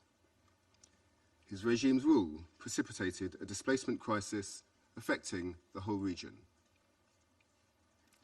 The United Kingdom has long been clear that Maduro's claim to power was fraudulent. To date, Venezuela's National Electoral Council has failed to publish the full results of the July 2024 presidential elections, and independent domestic and international reports also observed significant irregularities and a lack of transparency. President, the United Kingdom wants to see a safe and peaceful transition to a legitimate government that reflects the will of the Venezuelan people. They deserve a government which reflects their vote at the ballot box and delivers a more stable, prosperous future for all Venezuelans. Finally, President, the United Kingdom reaffirms its commitment to international law and the principles enshrined in the Charter of the United Nations. These foundations are essential for maintaining global peace, security, and the rule of law. I thank you. I thank the representative of the United Kingdom for his statement and now give the floor to the representative of France. Merci, Monsieur le Président. Thank you, Mr. President. Je voudrais d'abord vous féliciter pour votre présidence du Conseil de sécurité au mois de janvier. Je voudrais également remercier Madame Rosemary DiCarlo de nous avoir transmis les éléments du secrétaire général des Nations Unies au sujet du dernier développement intervenu. Monsieur le Président, la France est restée solidaire du peuple vénézuélien dans la crise qu'il traverse depuis de trop nombreuses années, et en particulier depuis l'été 2024. Le 28 juillet 2024, le peuple vénézuélien a exercé son droit de vote de façon pacifique pour déterminer l'avenir de son pays. Son droit à choisir ses dirigeants lui a néanmoins été confisqué par Nicolas Maduro. Faut-il le rappeler, le processus électoral avait été marqué par de nombreuses irrégularités et le décompte final des voix par une absence de transparence. lack of transparency. Face à l'aspiration démocratique du peuple vénézuélien, Nicolas Maduro has systematically responded with the repression of dissident voices, of members of the opposition and of civil society, as well as with numerous arbitrary detentions. France has always expressed itself with clarity about the fact that these practices are unacceptable and that respect for human rights must be upheld. Mr. President, the military operation which has led to the capture of Nicolas Maduro runs counter to the principle of peaceful dispute resolution and runs counter to the principle of non-use of force. The proliferation of violations of the Charter of the United Nations and the violations of international law by states vested with responsibility as permanent members of the Security Council chips away at the very foundation of the international order, contravening the principles of the Charter, including the principle of respect for independence and territorial integrity of states, undermines the foundation of the United Nations and weakens international peace and security. France remains faithful and committed to respect for the Charter of the United Nations and of the principle of peaceful dispute resolution. We have an obligation to uphold these principles at all times and in all places. Respect for these principles is indispensable. Mr. President, France wishes to reiterate our commitment to respect for the will of the Venezuelan people. The transition which is currently being opened up for Venezuela needs to be peaceful and democratic and carried out in a manner which respects the choice of the Venezuelan people, a sovereign people. This transition must be led by and for the Venezuelans. France stands ready, alongside states in the region and our partners at the European Union, to uphold dialogue with a view to the restoration of the free, democratic expression in Venezuela. We stand ready to support regional stability. This also needs to be the role of the Security Council. Thank you. I thank the representative of France for the statement and now give the floor to the representative of Bahrain. Mr. President, I wish to take this opportunity to congratulate first and foremost the Federal Republic of Somalia on its presidency of the Security Council during this month of January. We wish you every success. We also wish to take this opportunity to thank delegations whose mandate of the Council ended, namely Algeria, Guyana, the Republic of Korea, Sierra Leone, as well as Slovenia. We wish to thank them for their significant contributions to the attainment of the goals and the mission of the Council. I also wish to thank Madam Rosemary DiCarlo, Undersecretary General for Political and Peacebuilding Affairs, for her valuable briefing related to the latest developments which have taken place in the Bolivarian Republic of Venezuela, and I wish to thank other briefers as well. We appreciate the reaffirmation by His Excellency the Secretary General of the United Nations, reaffirmation of the commitment to the fundamental principles of the Charter of the United Nations, a commitment to the peaceful diplomatic resolution of disputes. The Kingdom of Bahrain supports the call of the Secretary General for all stakeholders in Venezuela to engage in inclusive dialogue which guarantees respect for international law, and this in order to ease tensions, to preserve regional stability, and to avoid any potential adverse repercussions for security and stability in the region. The Kingdom of Bahrain also extends its support for efforts undertaken at the regional and international levels in order to reduce tensions and to enhance diplomatic means in order to provide for international peace and security. The Kingdom stresses the importance of the promotion of international cooperation in order to support all regional and international efforts which are geared towards combating international organized crime, trafficking in drugs, as well as scourges which are related to this. This undermines the stability of societies, undermines achievement of sustainable development. Therefore, these issues need to be dealt with in accordance with international relevant conventions.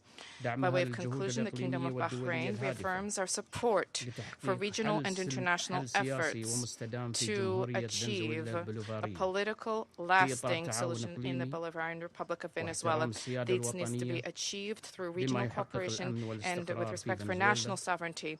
The goal is to provide for security and stability in Venezuela, to avoid risks of conflict and division, to protect civil peace, and to contribute to the preservation of regional security and stability, as well as international peace and security. Thank you, Mr. President.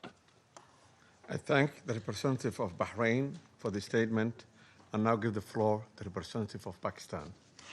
Thank you, Mr. President. Allow me to begin by congratulating Somalia on its assumption of the presidency for this month and assuring you of my delegation's full support and cooperation. We welcome the new members joining the Council. I thank Undersecretary General Rosemary DiCarlo for reading out the remarks of the Secretary General and the valuable briefing. We also take note of the views shared by Mr. Jeffrey Sachs and Ms. Mercedes de Freitas. I welcome the participation of the permanent representative of Venezuela alongside the representatives of other countries from the region and beyond in the meeting. Mr. President, Pakistan views the recent developments in Venezuela with profound concern. In a world already beset by multiple crises, escalating tensions and instability in the Caribbean do not augur well for regional and international peace and security. The UN Charter enjoins us to refrain from the threat or use of force against the territorial integrity or political independence of any state. The UN Charter also binds member states to sovereign equality, non-interference in the internal affairs of others, and settlement of international disputes by peaceful means. Unilateral military action contravenes these sacrosanct principles and the doctrine of sovereign immunity. Such actions set dangerous precedents that risk eroding the foundations of the global legal framework. They also fuel instability, which, as history has shown time and again, can lead to unpredictable and uncontrollable outcomes for years to come. Mr. President, at this critical juncture, the path forward must be one of dialogue and diplomacy. Durable solutions to political differences can only be found through peaceful means, with full respect for the will of the Venezuelan people, free from any external interference. We hope that Latin American and the Caribbean region, as a zone of peace, will remain free from conflict and confrontation and continue its march towards enhanced regional cooperation and improved prosperity for the people. We urge all parties to exercise maximum restraint, de-escalate tensions, pursue peaceful coexistence, refrain from any actions that could exacerbate the volatile situation, and engage in dialogue, including by utilizing the sincere offers of mediation. The good offices of the Secretary General also always remain available for that purpose. Lastly, Mr. President, I affirm Pakistan's commitment to contributing constructively to the discharge of the Security Council's primary responsibility for addressing the threat to international peace and security by diffusing tensions, promoting pacific settlement, and upholding respect for international law and the UN Charter. Peace and stability of Venezuela and the welfare and prosperity of its people, with full ownership, must be the overriding objective of all efforts. I thank you. I thank the representative of Pakistan for the statement, and now give the floor to the representative of Greece. Thank you, Mr. President. At the outset, I would like to congratulate Somalia for assuming the presidency of the Council for the month of January, and I would like to welcome the newly elected members joining the Council. I would also like to thank USG DiCarlo for her briefing on behalf of the Secretary General, as well as Mr. Sachs and Ms. de Freitas for their remarks. Mr. President, Greece is closely monitoring developments in Venezuela. We urge all actors to exercise maximum restraint and to refrain from actions that would deepen the crisis and undermine prospects for peace and stability. Greece reiterates that the Charter of the United Nations and international law, including human rights law, must always be respected. We also recall the obligation of all parties to protect civilians, especially in times of heightened tensions. Greece shares the priority of combating transnational organized crime and drug trafficking, which pose a significant security threat worldwide. We reiterate that these challenges should be addressed through sustained cooperation in full respect of international law. Mr. President, Greece firmly believes that dialogue and diplomacy are the only viable tools for a peaceful transition and a sustainable resolution of the crisis. We join the Secretary General in encouraging all actors in Venezuela to engage in inclusive and meaningful dialogue in full respect of human rights, democratic principles, and the rule of law. We have long been clear that Nicolas Maduro's and illegitimate president's claim to power lacks legitimacy. Greece has not recognized the results of the rigged elections of July 28, 2024, and has always supported initiatives aimed at achieving a democratic solution for Venezuela. We stand firmly with the people of Venezuela in their pursuit of a democratic future, and we express the hope that the recent events will lead to this effect. The voices of all Venezuelans need to be heard, and they deserve governance that reflects their will through peaceful and inclusive processes. In this spirit, we will continue to support efforts aimed at achieving a peaceful, negotiated transition that ensures the will of all Venezuelans is fully respected.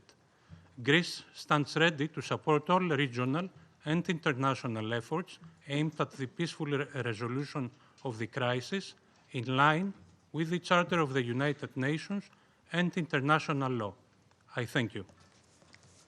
I thank the representative of Greece for this statement and now give the floor to the representative of Bolivarian Republic of Venezuela.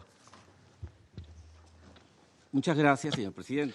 Thank you very much, Mr. President. Antes de abordar el fondo de Before coming to the substance of our statement today, I think we need to make an institutional clarification.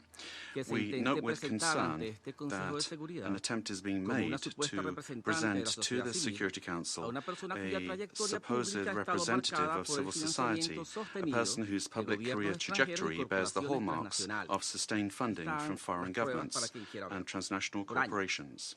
This has been the case for years, as well as participation in processes of political destabilization and the promotion of institutional breakdown in her own country. The instrumental use of this person to legitimize narratives of confrontation, justify the use of force, or minimize violations of international law does not contribute in any way to the purposes of this Council or to the strengthening of multilateralism. On the contrary, it erodes the credibility of the debates and distorts the Security Council's mandate entrusted with the maintenance of international peace and security. Mr. President, on January 3, 2026 is a date of profound historical significance, not only for Venezuela, but for the international system as a whole. On that day, the Bolivarian Republic of Venezuela was the target of an illegitimate armed attack, lacking any legal justification by the government of the United States of America, which included bombing of our territory, the loss of civilian and military lives, the destruction of civilian infrastructure, essential infrastructure, and the kidnapping of the constitutional president of the Republic, Nicolas Maduro Moros, and the First Lady Celia Flores. Venezuela comes before this Council today with a deep conviction that international peace can only be sustained if international law is respected without exception, without double standards, and without selective interpretations. The events of January 3rd constitute a flagrant violation of the UN Charter, perpetrated by the U.S. government, in particular the principal violation of the principle of sovereign equality of states, of the absolute prohibition of the use or threat of use of force against the territorial integrity or political independence of any state, as enshrined in Article 2, Paragraph 4. And a violation of the duty to settle disputes by peaceful means. Similarly, these acts also seriously violate the Geneva Conventions and its protocols, as indiscriminate attacks were carried out against the civilian population and assets. International human rights law has also been violated, particularly the right to life, personal integrity, and security. Of particular seriousness is the kidnapping of the President of the Republic by the government of the United States of America, which constitutes a direct violation of an essential norm of the international legal order, namely the personal immunity of heads of state in office. This immunity is not an individual privilege. It is an institutional guarantee that protects the sovereignty of states and the stability of the international system. Its disregard not only affects Venezuela, but also sets an extremely dangerous precedent for all states represented in this chamber, regardless of their size, power, or alliances. Mr. President, General Assembly Resolution 3314 clearly defines as an act of aggression the bombing of the territory of one state by the armed forces of another state, as well as the invasion or occupation, even without formal annexation. The events we are denouncing here unequivocally fit this definition. In 2004, the International Court of Justice affirmed that occupation exists when a state exercises effective control, even without formal annexation or the continuous presence of troops. Security Council Resolution 242, for its part, emphasizes that the acquisition of territory by force is inadmissible, while General Assembly Resolution 2625 establishes that the territory of a state shall not be subject to military occupation as a result of the use of force in contravention of the UN Charter. Allowing such acts to go without an effective answer would amount to normalizing the replacement of law by might, while eroding the very foundations of the collective security system. Today, it is not only Venezuela's sovereignty that is at stake, the credibility of international law, the authority of this organization, and the validity of the principle that no state can set itself up as a judge, party, and executor of the world order are also at stake. Mr. President, we cannot ignore a central element of this U.S. aggression. Venezuela is the victim of these attacks because of its natural resources. Our country's oil, energy, strategic resources, and geopolitical position have historically been factors of greed and external pressure.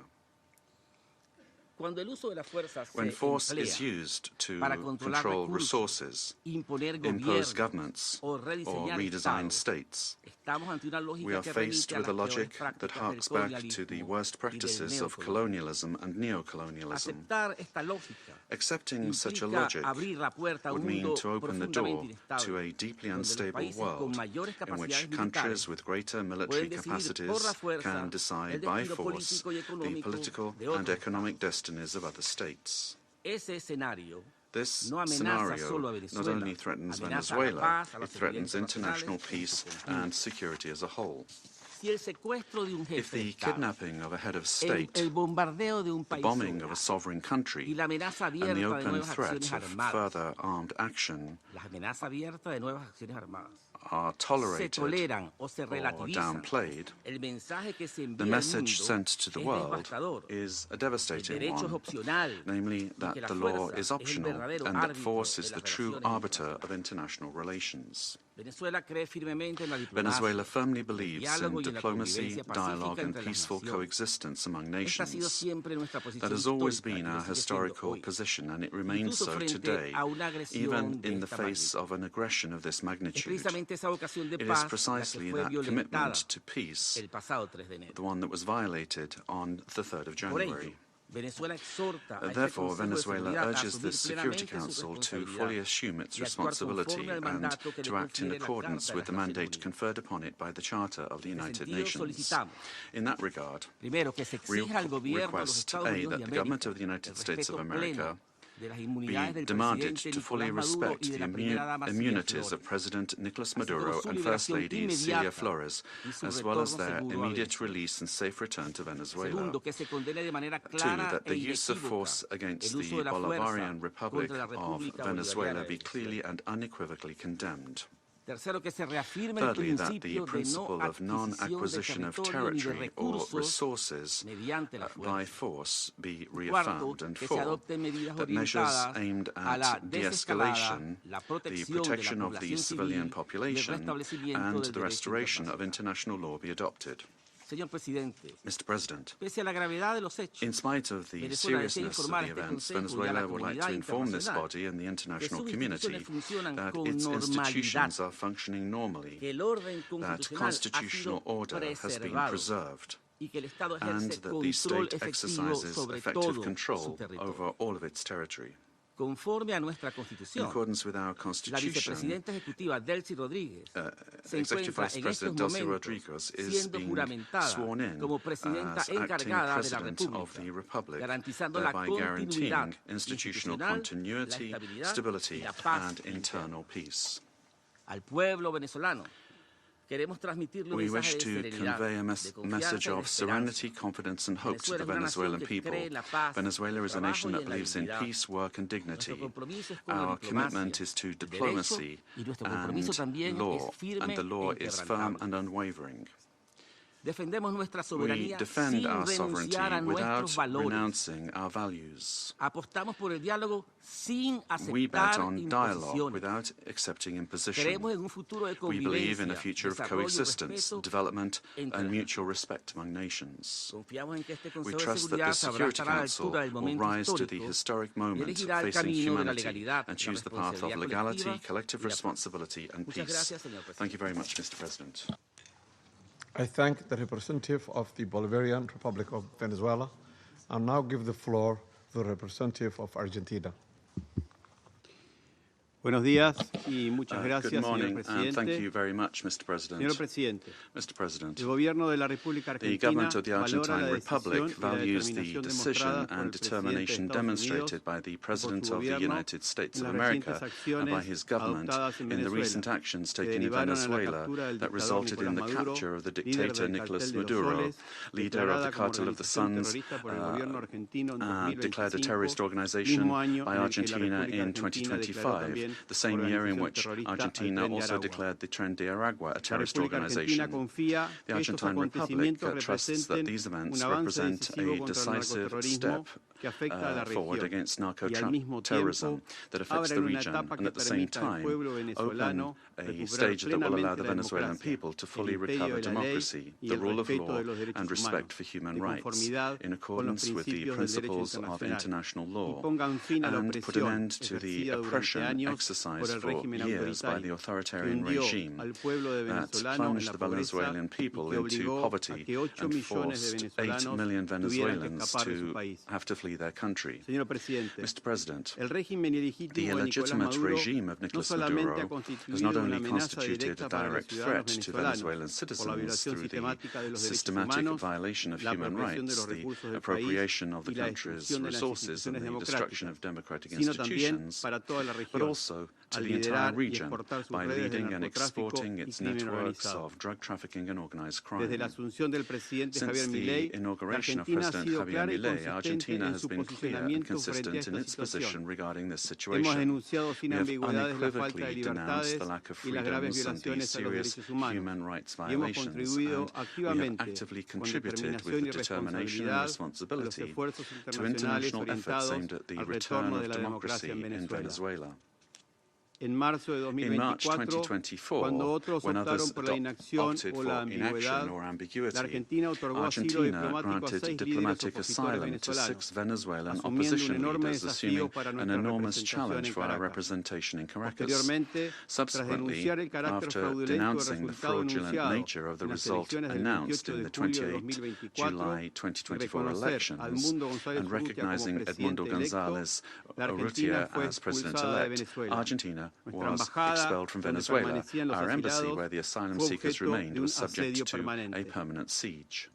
Despite these pressures, the Argentine Republic maintained its unwavering conviction to continue denouncing the situation in Venezuela and to act in every available international forum so that Venezuela could once again embrace freedom and democracy. Mr. President, this is not the first time that Argentina has addressed the Security Council regarding the situation in Venezuela. On the 23rd of December last, we expressed our deep concern over institutional and humanitarian deteriorating situation, noting the effects of the illegitimate regime of Nicolas Maduro transcended the domestic sphere and negatively affected regional stability, constituting a concrete threat to hemispheric security. In the same vein, President Milei stated at the Mercosur summit that Argentina welcomed the pressure from the United States aimed at freeing the Venezuelan people. Today, the international community faces a new scenario that poses a dual challenge: to support a genuine democratic transition in Venezuela and to contribute to the lasting restoration of peace and security in our region. Faced with both challenges, the Argentine Republic stands ready and willing to cooperate. We reaffirm our firm commitment to the full restoration of institutional normalcy and the rule of law in Venezuela, always safeguarding the freedom, human dignity and prosperity of the brotherly Venezuelan people, as well as our determination to continue fighting against the scourge of narco-terrorism and those who contribute to its financing. The process that begins today requires the firm and coordinated commitment of all those countries that have accompanied the Venezuelan people in their long struggle, so that Venezuela can leave behind more than 2 decades of political, humanitarian and social crisis and can finally be reunited with freedom, democracy, respect for human rights and economic prosperity. Mr. President, finally, the Argentine Republic requests that the authorities responsible for administering the transition in Venezuela contribute to the immediate release of the Argentine citizen Nahuel Gallo, who has been in a situation of enforced disappearance since the 8th of December 2024, in clear violation of his human rights, and that his prompt and safe return to our country be guaranteed. Thank you. I thank the representative of Argentina and now give the floor to the representative of Chile. Thank you, Mr. President. Chile would like to thank Somalia for convening this informational briefing under the item Threats to International Peace and Security. We'd also like to thank Madam Rosemary DiCarlo, USG for Political and Peacebuilding Affairs, as well as the briefings from Mr. Jeffrey Sachs and Ms. Mercedes de Freitas. President, Chile would like to express our deep concern and firm condemnation of the unilateral military action taken by the United States in the territory of the Bolivarian Republic of Venezuela. We also reiterate consistently our firm commitment to respect for international law, sovereignty and territorial integrity of states, and the peaceful settlement of disputes, the prohibition of the threat or the use of the threat of force, and full respect for human rights. These affirmations are accepted by the majority, and they must maintain their importance in order to preserve international peace and security. We said this on the 23rd of December when we took the floor, and we reiterate this today. Chile does not recognize the Maduro regime, but serious violations of human rights being faced by Venezuela do not have a military solution. They can only be addressed through peaceful, gradual and inclusive measures that will take into account the legitimate aspirations of the Venezuelan people. Respect for international law does not allow for exceptions, including when it comes to addressing the illegitimacy of a president. Problems must always be solved within the normative framework that we have provided for ourselves as nations. The future of Venezuela must include free elections, citizen participation, and international assistance, and not with actions that could create dangerous precedents or escalate tensions in the region with serious consequences for the population. Chile, as a witness of history and based on our own experience with the loss of democracy, where there was foreign interference that caused extreme damage and pain for the Chilean people, we were able to recover our democracy through a transitional process that was carried out with the assistance of the international community, the strength of organized citizens, and through our institutions. Mr. President, Chile would like also to underscore the urgent need to continue with coordinated efforts multilaterally to address transnational organized crime, and we're also convinced that Latin America and the Caribbean must continue to be a zone of peace, because that zone of peace not only serves Latin America and the Caribbean, but the entire world. An armed conflict will have devastating humanitarian consequences in Venezuela and in the region. It will worsen the suffering of the civilian population and worsen even further the displacement, insecurity and vulnerability aspects of the situation. We reiterate that any differences must be dealt with exclusively through peaceful means, in strict respect for international law, the sovereignty of states, and the prohibition of the use or the threat of the use of force. As was recently indicated by the heads of state of Brazil, Chile, Mexico, Uruguay, and Spain, we express our concern with regard to any attempt to control government administration or foreign ownership of strategic assets.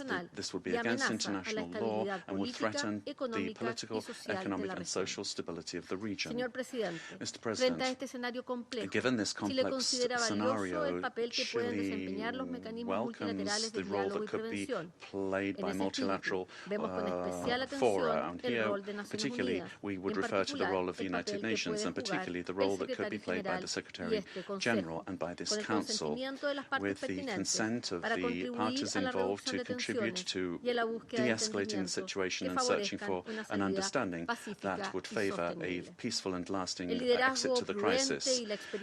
Prudent leadership and experience of our organization, as well as the regional organizations and mechanisms, could be very relevant to avoid a further worsening of the situation and to keep open the channels of communication. Chile reiterates its preparedness to support constructive initiatives that will point in this direction and work together with countries of the region and with the international community for stability and mutual understanding and respect for the principles that underpin this organization. Thank you. I thank the representative of Chile for the statement and now give the floor to the representatives of Brazil. Mr. President, we'd like to thank Somalia for convening this emergency session of the Security Council. Brazil categorically and firmly rejects the armed intervention in Venezuelan territory in flagrant violation of the Charter of the United Nations and of international law. The bombings on Venezuelan territory and the capture of its president cross an unacceptable line. These acts constitute a very serious affront to the sovereignty of Venezuela and set an extremely dangerous precedent for the entire international community. The Charter of the United Nations establishes as a pillar of the international order the prohibition of the use of force against the territorial integrity or political independence of any state, except in the circumstances strictly provided for therein.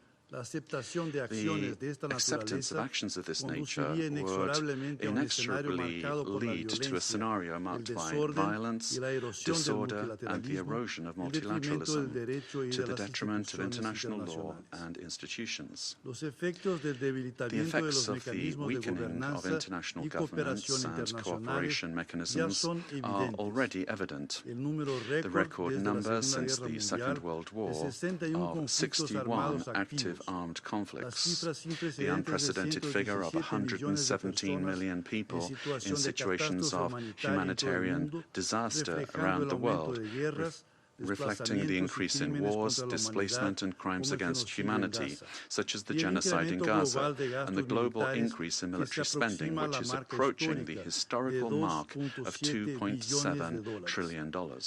As Brazil has reiterated on numerous occasions, the norms that govern coexistence among states are mandatory and universal. They do not admit exceptions based on ideological, geopolitical, political, economic, or any other kind of interests or projects.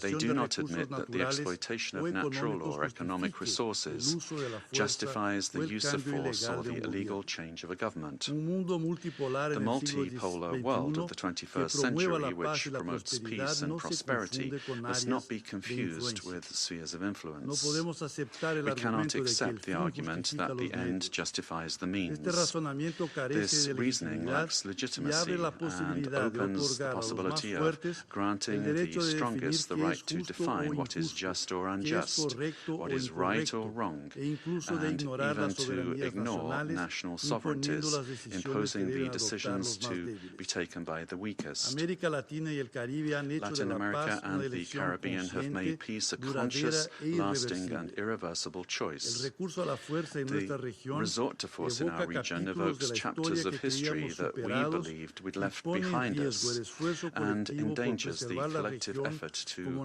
preserve the region as a zone of peace and cooperation, free of armed conflicts, respectful of international law and the principle of non-intervention. Armed interventions in the past have had profoundly negative and lasting consequences.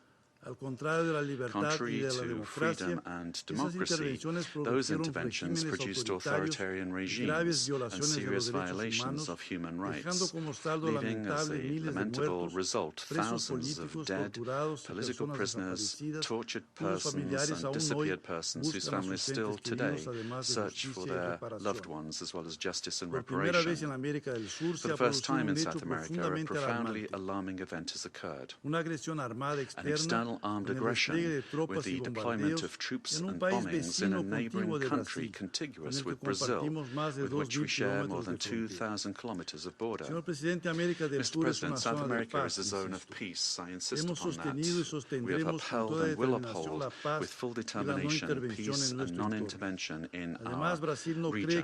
Furthermore, Brazil does not believe that the solution to the situation in Venezuela lies in the creation of protectorates in the country, but rather in solutions that respect the self-determination of the Venezuelan people within the framework of its constitution. The events of January 3rd transcend the regional sphere. The attack on the sovereignty of any country, regardless of the direction of its government, affects the entire international community. This and other cases of armed intervention against the sovereignty of a country, its territorial integrity, or its institutions must be vehemently condemned. It is up to this Council to assume its responsibility and react with determination, clarity, and obedience to international law in order to prevent the law of force from prevailing over the force of law.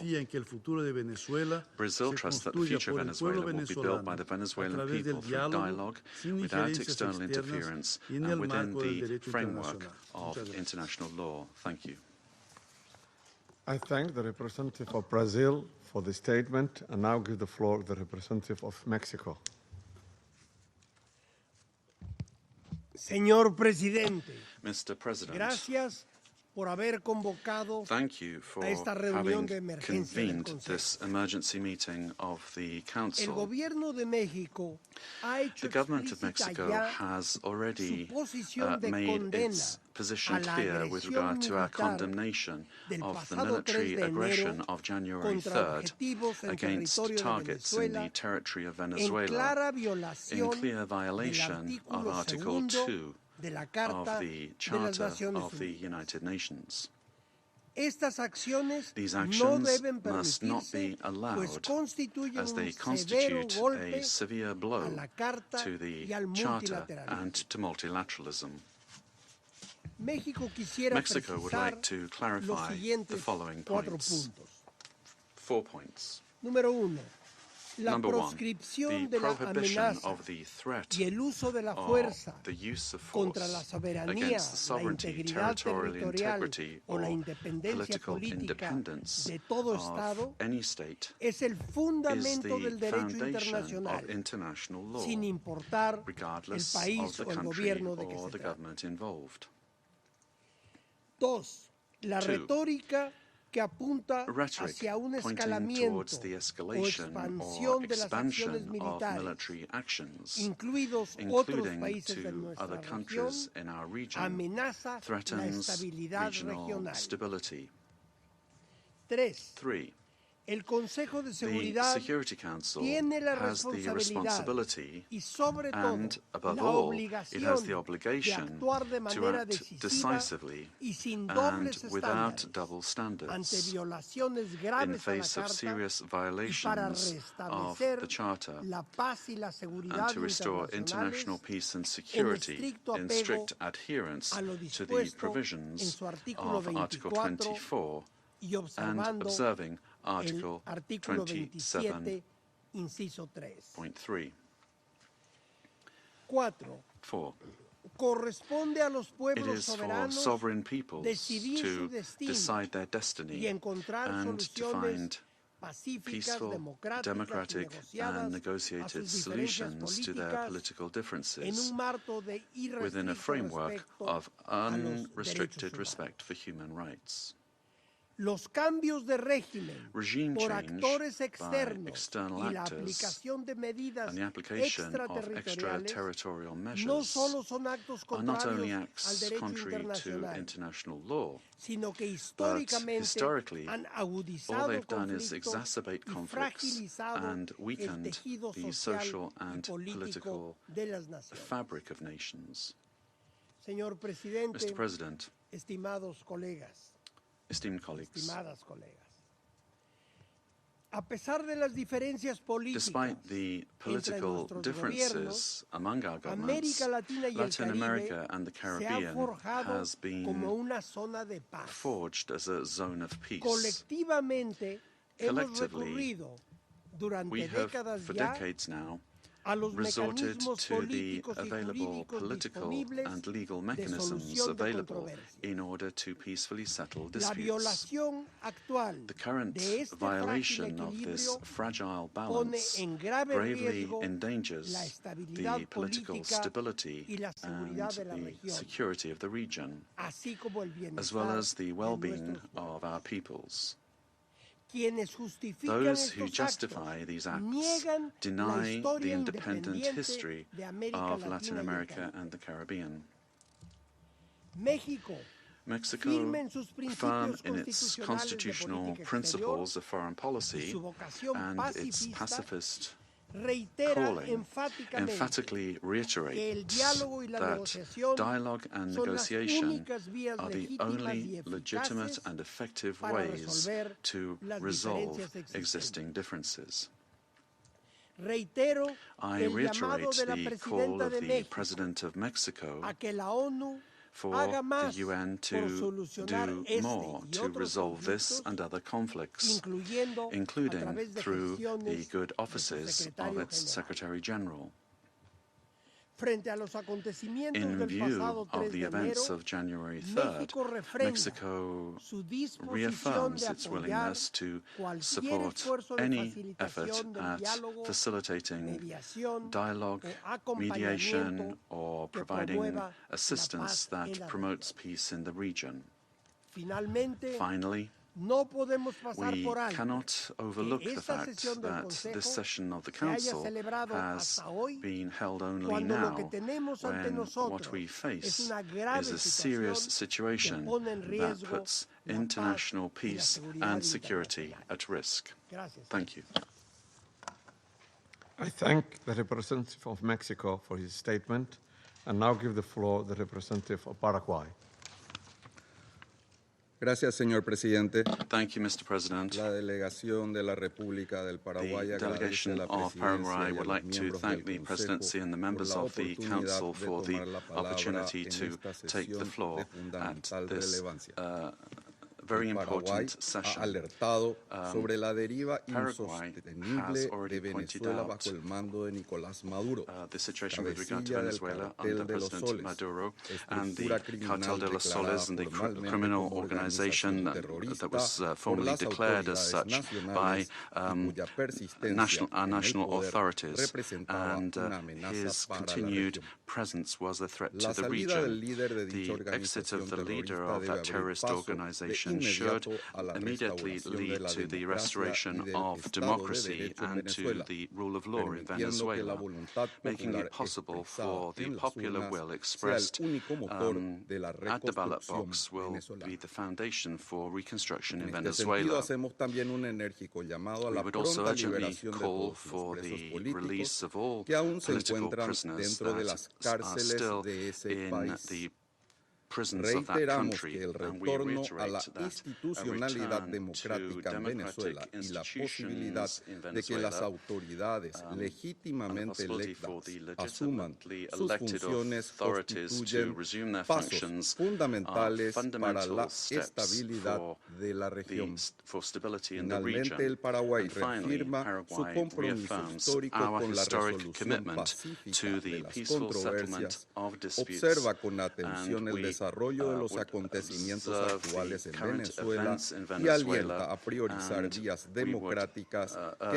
democratic means to be given priority for an ordered transition. Our commitment will continue to be to the democratic principles of the rule of law and peace in society. Thank you very much, Mr. President. I thank the representative of Paraguay for his statement, and now give the floor representative of Cuba. Gracias, señor presidente. Thank you, Mr. President. Mr. President, Cuba aligns itself with the statement to be delivered by Eritrea on behalf of the group of friends of the United Nations and Uganda on behalf of the non-aligned movement. Since September of last year, Cuba has been denouncing the hegemonic and criminal plans of the United States and its aggressive projection against Venezuela and the region. We have clearly been exposed to the serious and unpredictable consequences of the irresponsible conduct of the U.S. government for the political, social, and economic stability of Latin America and the Caribbean, and more generally, for international peace and stability. On the 23rd of December, in this very body, we set out the sequence and escalation of actions carried out by the United States with the aim of overthrowing by force the legitimate and constitutional government of Venezuela and destroying the civic and military union. The United States resorted to various maneuvers to materialize its plans for domination, including vile extrajudicial executions and acts of piracy, maritime terrorism against oil tankers and their crews in international waters of the Caribbean Sea, as well as the imposition of an illegal naval blockade against Venezuela and the politically motivated designation of its legitimate government as a foreign terrorist organization. Previously, it had subjected that country to prolonged unilateral coercive measures, economic asphyxiation, smear campaigns, and attacks against some of its important institutions, exposing it to a cruel psychological war, with absolute disrespect for the Charter of the United Nations and international law, including relevant resolutions adopted by this Council and by the General Assembly. On January the 3rd, United States military forces attacked Venezuela with total brutality and treachery, and in an unacceptable and barbaric act, kidnapped its legitimate president, Nicolas Maduro, and his companion Celia Flores. Cuba condemns in the strongest terms the military aggression of the United States against Venezuela, while categorically reiterating its absolute support and solidarity with the Venezuelan people, and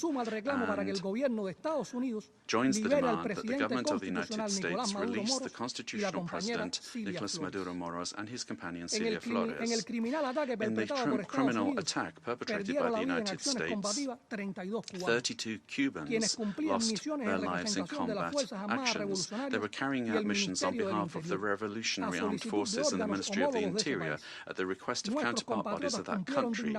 Our compatriots honorably fulfilled their duty and fell after fierce resistance in direct combat against the attackers or as a result of the bombings of the facilities. Through their heroic actions, they upheld the solidarity sentiments of millions of our compatriots.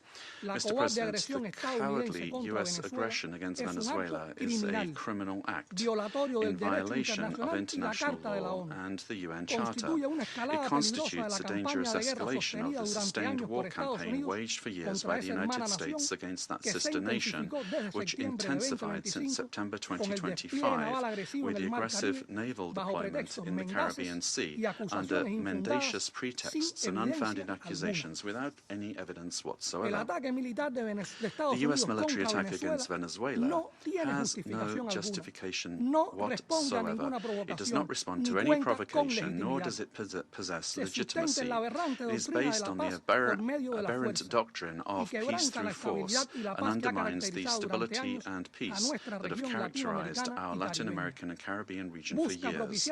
It seeks to promote a change in the constitutional order of the Bolivarian Republic of Venezuela, freely chosen by its people.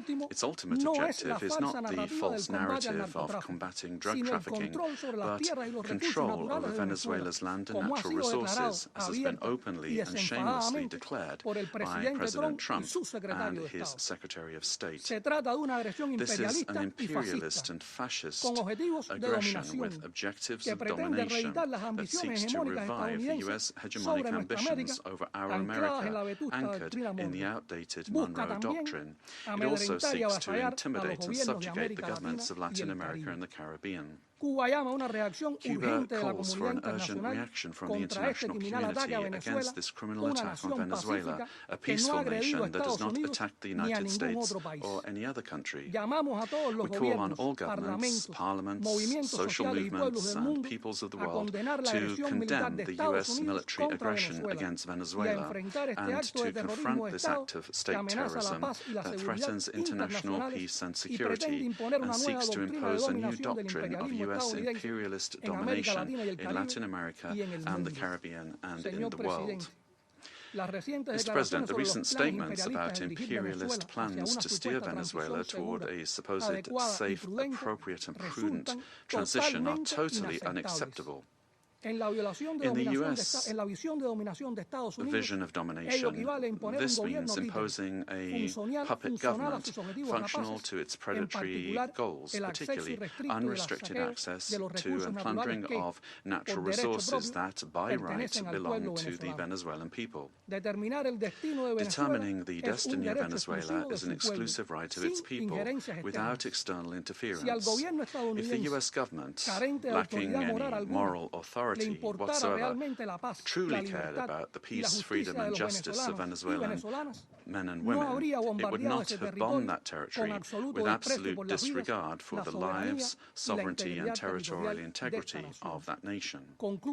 I conclude by reaffirming our unwavering adherence to the proclamation of Latin America and the Caribbean as a zone of peace, and by calling for action with the firmness and determination that current circumstances demand, always in defense of international law and of the future of peace for all the peoples of our America and of the world. Thank you. I thank the representative of Cuba for the statement and now give the floor to the representative of Nicaragua. Muchas gracias, señor presidente. Thank you very much, Mr. President. Latin America and the Caribbean is a zone of peace, declared by the Community of Latin American and Caribbean States, CELAC, on behalf of all of the peoples and governments of our region. This zone of peace must be fully respected by all governments of the world without exception, and in particular by the members of this Security Council responsible for international peace and security. This decision, these desires and aspirations of our peoples are a noble contribution to world peace, to international law and to the United Nations Charter. Señor presidente, Nicaragua respalda lo expresado por la presidenta interina de Venezuela, Delcy Rodríguez, que pide la liberación inmediata del presidente constitucional y legítimo de Venezuela, Nicolás Maduro Moros, y la primera combatiente de la patria, Cilia Flores. Todos los Estados miembros de Naciones Unidas tenemos el deber de respetar el derecho internacional, el espíritu, los propósitos y principios de la Carta de Naciones Unidas, el derecho a la soberanía, autodeterminación, integridad territorial de los Estados, la no injerencia, la convivencia pacífica. El pueblo venezolano es el pueblo digno de Bolívar, de Chávez, de Maduro, e históricamente indoblegable, que defiende su soberanía y su derecho a la paz. Nicaragua siempre estará con Venezuela. La paz ha sido profundamente herida y la familia humana, la comunidad de naciones, los pueblos del mundo, urgimos que se reinstale como absoluto reflejo de la dignidad de todos los pueblos. Muchas gracias. Respect the dignity of all peoples. Thank you. I thank the representative of Nicaragua for the statement, and now give the floor to the representative of Trinidad and Tobago. Thank you, Mr. President. The delegation of Trinidad and Tobago thanks the Security Council for convening this urgent meeting following the recent developments in the Bolivarian Republic of Venezuela. My delegation addresses this council today as a Caribbean nation, a neighbor of Venezuela, and a long-standing advocate for peaceful coexistence and the rule of law. The government of Trinidad and Tobago has taken note of the military operations undertaken by the United States in Venezuela. We remain committed to cooperative efforts led by the United States to disrupt and dismantle networks that enable transnational crime across the Americas, whose activities have had debilitating effects on the security and stability of the region. Trinidad and Tobago remains steadfast in its support of the United States of America's initiatives that strengthen regional security, reinforce the rule of law, and safeguard the well-being of our societies, the Americas. The government of Trinidad and Tobago, while valuing its long-standing and robust partnership with the United States, remains equally committed to maintaining a constructive and respectful relationship with the Bolivarian Republic of Venezuela, and continues to uphold peaceful relations with the people of Venezuela. The delegation of Trinidad and Tobago wishes to underscore its long-standing relationship with both the United States and Venezuela, and stands ready to work collaboratively with all partners who share the aspiration of a safer, more prosperous and stable hemisphere. Mr. President, I thank you. I thank the representative of Trinidad and Tobago, and now give the floor to the representative of Spain. Señor presidente, en primer lugar, me gustaría felicitarle por la asunción de la presidencia mensual del Consejo de Seguridad de Naciones Unidas y desearle todo el éxito en el desempeño de sus funciones. Agradezco la convocatoria de esta importante reunión y también transmito mi agradecimiento a la secretaria general adjunta y jefa del Departamento de Asuntos Políticos y Consolidación de la Paz de las Naciones Unidas, señora Di Carlo, por la información proporcionada en el día de hoy. España expresa su profunda preocupación por lo ocurrido en Venezuela, que, como ha señalado el Secretary General of the United Nations has noted, it constitutes a very worrying precedent with implications for the region and for the world. Respect for the principles of the Charter of the United Nations, particularly the sovereignty and territorial integrity of states and the prohibition of the use or the threat of use of force, is indispensable indispensable to ensure international coexistence. España defiende la Spain vigencia de un defends orden the internacional validity of basado an en international reglas, order that is donde resulta rules-based, where imperativo it is imperative, apostar, como recoge el artículo as set out in 2.3 Article de la Carta, por 2.3 of el the arreglo Charter, to pacífico de las pursue the controversias. peaceful settlement of Consideramos que disputes. estas acciones We constituyen consider un that these precedente muy actions preocupante constitute a para la very paz y la troubling seguridad precedent for regional, regional peace y and recordamos que security, los recursos and naturales we del país recall son that the parte natural de resources su of the country are soberanía. part of its sovereignty. Compartimos que la lucha We contra share el the crimen view that the organizado en la fight región against es una organized prioridad, crime in the region is a pero priority, esa lucha but solo puede that hacerse fight can mediante la only be cooperación waged through internacional. international cooperation. Compartimos también que es We prioritario also defender share the los view derechos that humanos it is y a las libertades priority públicas to en Venezuela. defend human rights and España quiere fundamental trabajar por freedoms la in paz, la Venezuela. estabilidad, la Spain democracia, seeks el to work for progreso, peace, stability, progreso democracy, y la progress, justicia and social social, y eso no justice, puede venir and impuesto that por la cannot fuerza. be imposed by force. Eso solo puede venir a It través can de un only diálogo come extenso through entre broad venezolanos, dialogue among con una Venezuelans, solución leading venezolana to a pacífica y peaceful and democrática, democratic que sea la Venezuelan voz del pueblo solution. venezolano It la must que be the marque el voice of the destino Venezuelan de people that Venezuela. determines the destiny of España no Venezuela. reconoció el resultado de las Spain últimas did not elecciones celebradas recognize the en Venezuela en results of the julio most de recent elections 2024 held in y ha Venezuela sido in July contundente su condena de cualquier 2024 violación y and has been amenaza a los derechos unequivocal in humanos. condemning any Ha violations dado and threats to protección a human aquellos líderes rights. opositores We que have han sido provided perseguidos protection y ha to mostrado opposition un firme leaders who have rechazo been a cualquier persecuted conducta and have antidemocrática expressed y firm abuso rejection contra la of any ciudadanía. undemocratic conduct Pero esta and condena abuses solo against puede the ejercerse desde citizenry. el respeto But a la such legalidad condemnation can only be internacional. exercised with full respect for España international law. trabajará por unir a los Spain venezolanos will work to unite y venezolanas Venezuelans, y apuesta por men el and diálogo y la women, paz, and porque is la fuerza committed to dialogue jamás and peace because trae force más never democracia. brings Gracias, more señor democracy. presidente. Thank you, Mr. President. I thank the representative of Spain, and I now give the floor to the representative of South Africa. Thank you, Mr. President. We wish to congratulate the Federal Republic of Somalia for assuming the rotating presidency of the United Nations Security Council for the month of January, and wish you and your delegation all the best in the execution of your responsibilities. We also wish to thank you for convening this debate and affording all UN member states to participate, because the situation in Venezuela concerns all UN member states, given its implications for the credibility of the UN Charter and international law. Mr. President, integral to the maintenance of international peace and security since the establishment of the United Nations is the understanding that no nation can claim to be legally or morally superior to another. We are all nations born out of different histories and contexts, ascribing to the common values and principles enshrined in the Charter of the United Nations. Chief amongst these principles is the sovereign equality of all its members. By signing the Charter, we have all committed to settle our international disputes by peaceful means in such a manner that international peace, security, and justice are not endangered.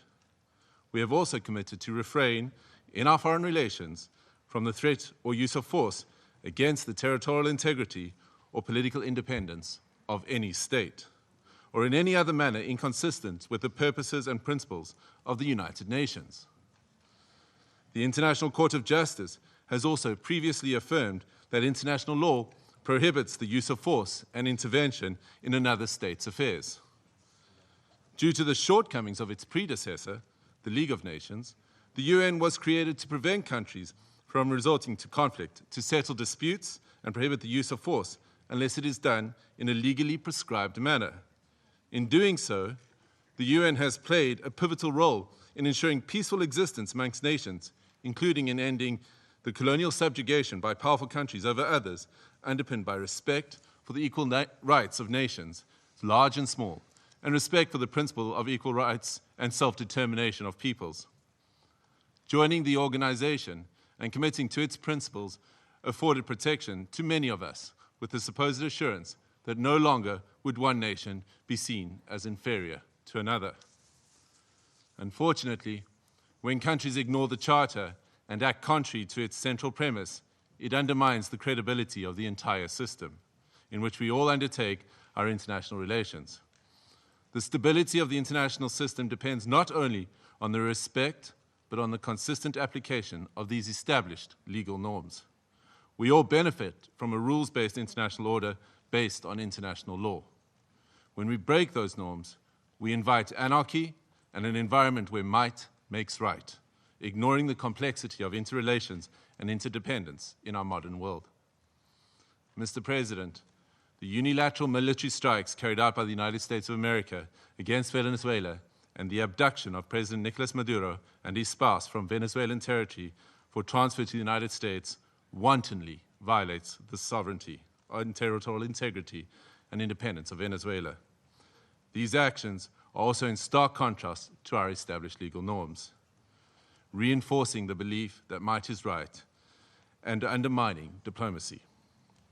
History has repeatedly demonstrated that military invasions against sovereign states yield only instability and deepen crises. Unlawful unilateral force of this nature undermines the stability of the international order and the principle of equality among nations. Such use of force also undermines the institutional infrastructure established to regulate relations among nations.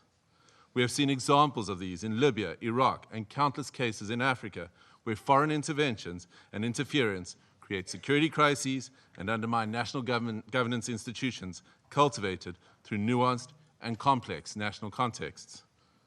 South Africa stresses that allegations of internal governance challenges, human rights concerns, or acts of criminality by a head of state cannot justify a breach of the Charter's prohibition on the use of force, particularly Article 2.4 of the Charter. The peaceful resolution of disputes and internal matters must proceed in accordance with international law and through multilateral mechanisms. Additionally, under international law, a state has exclusive jurisdiction over persons and conduct within its own territory. Any enforcement of domestic law, including arrest by one state within the territory of another state without the state's consent, is an unlawful violation of sovereignty. There are recourse mechanisms at the disposal of states to implement international law. This includes taking action by bringing a case before the International Court of Justice or seeking action from the Security Council. We note the statement issued by a group of concerned countries, mainly those in the Latin American region, most affected by the developments in Venezuela, which reiterates that the situation in Venezuela must be resolved exclusively through peaceful means, through dialogue, negotiation, and respect for the will of the Venezuelan people in all its expressions, without external interference and in accordance with international law. Mr. President, each one of our countries, including our peoples, that are members of this organization and that are bound to its charters, have the right to determine our own democratic and political path. This inherent charter-given right to self-determination cannot and should not be abrogated. If we do not stand up for the sovereign rights of any nations or states when they are undermined and wantonly violated, then which one of us are safe or are guaranteed protection by the principles of the Charter and international law? Failure to act decisively against such violations is a tantamount to inviting anarchy and normalizing the use of force and military might as the main form of discourse in international politics. This would be a regression into a world preceding the United Nations, a world that gave us two brutal world wars, and an international system prone to severe structural instability and lawlessness. We cannot afford to proceed into a complex future without the stability and protection afforded by international law. I thank you. I thank the representative of South Africa for his statement, and I now give the floor to the representative of Eritrea. Thank you, Mr. President. Allow me at the onset to congratulate Your Excellency and the government of the Federal Republic of Somalia on assuming the presidency of the Security Council for the month of January. We also extend our congratulations to Bahrain, Colombia, the Democratic Republic of Congo, Liberia, and Latvia on their election to the Security Council. As this is the first Security Council meeting of the year, allow me to pay tribute to the outgoing members, Algeria, Guyana, the Republic of Korea, Sierra Leone, and Slovenia, for their dedicated service and diligent work throughout the tenure of the Council. I read this statement on behalf of the Group of Friends in Defense of the United Nations Charter. The Group of Friends in Defense of the Charter of the United Nations condemns the most unequivocal and categoric manner the act of aggression perpetrated on 3rd January 2026 against the Bolivarian Republic of Venezuela by special forces of the United States of America, which included armed attacks against civilian and military objects in the capital city of Caracas, as well as in various other cities of the Venezuelan territory, and the illegal abduction of the President and First Lady of the Bolivarian Republic of Venezuela, His Excellency Mr. Nicolas Maduro Moros, and Her Excellency Mrs. Celia Flores de Maduro. The member states of the Group of Friends in Defense of the Charter of the United Nations expressed their serious concern at the impact of these series of armed attacks, particularly on civilians and their human rights to life, which have included military assaults with U.S. Special Forces, while emphasizing that such acts constitute a clear breach of international law and of each and every principle governing international relations, including those foreseen in the Charter of the United Nations. The Group of Friends of the Charter of the United Nations reiterates its firm support to the constitutional government of the Bolivarian Republic of Venezuela under the leadership of President Nicolas Maduro Moros, and emphasize the importance of ensuring strict respect for the inviolability of the immunities accorded to heads of states and government under international law, while renewing its unwavering solidarity with the Venezuelan people in their ongoing struggle for defending their homeland, including through the actions it may take within the framework of international law to exercise its inalienable right to self-defense. The member states of the Group of Friends in Defense of the Charter of the United Nations demand for the immediate cessation of all hostilities against the Bolivarian Republic of Venezuela, for the full respect for the sovereignty, territorial integrity, political independence, and inalienable right to self-determination of the Bolivarian Republic of Venezuela, for the immediate return of President Nicolas Maduro and First Lady Celia Flores de Maduro to the Venezuelan national territory, and for those responsible for these acts of aggression to be held accountable. The Group of Friends of the Charter of the United Nations firmly reject the remarks delivered by the President of the United States of America during the afternoon of 3rd January 2026, in which he not only threatened with additional airstrikes against the Venezuelan territory, but also claimed to resolve to occupy and govern the Bolivarian Republic of Venezuela, and to exploit the natural resources and administer the wealth of that sisterly nation in what can only be described as the confession of a clear plan of annexation that foresees, among others, the complete obliteration of the inalienable rights of the Venezuelan people, as well as the fundamental rights of the Venezuelan state as a whole. The member states of the Group of Friends of the Defense of the Charter of the United Nations call on all relevant international bodies, including the Security Council and the General Assembly of the United Nations, to swiftly mobilize in order to uphold the purposes and principles enshrined in the Charter of the United Nations, and to urgently take appropriate measures to avoid further escalation of the situation on the ground, particularly additional acts of aggression against the sovereignty and territorial integrity of the Bolivarian Republic of Venezuela, and preserve both regional and international peace and security. I thank you. I thank the representative of Eritrea for her statement, and I now give the floor to the representative of Islamic Republic of Iran. Thank you. In the name of God, the Compassionate and Merciful, thank you, Mr. President, for convening this emergency and important meeting. We acknowledge the presence of the Undersecretary General Misticolo at this meeting and extend our appreciation to Professor Jeffrey Sachs for his informative and insightful briefing. At the outset, I would like to extend my warm congratulations to Somalia on its assumption of the presidency of the Security Council for this month. I also wish to warmly congratulate the newly elected members of the Council, Bahrain, Colombia, Republic of Congo, Latvia, and Liberia on their election.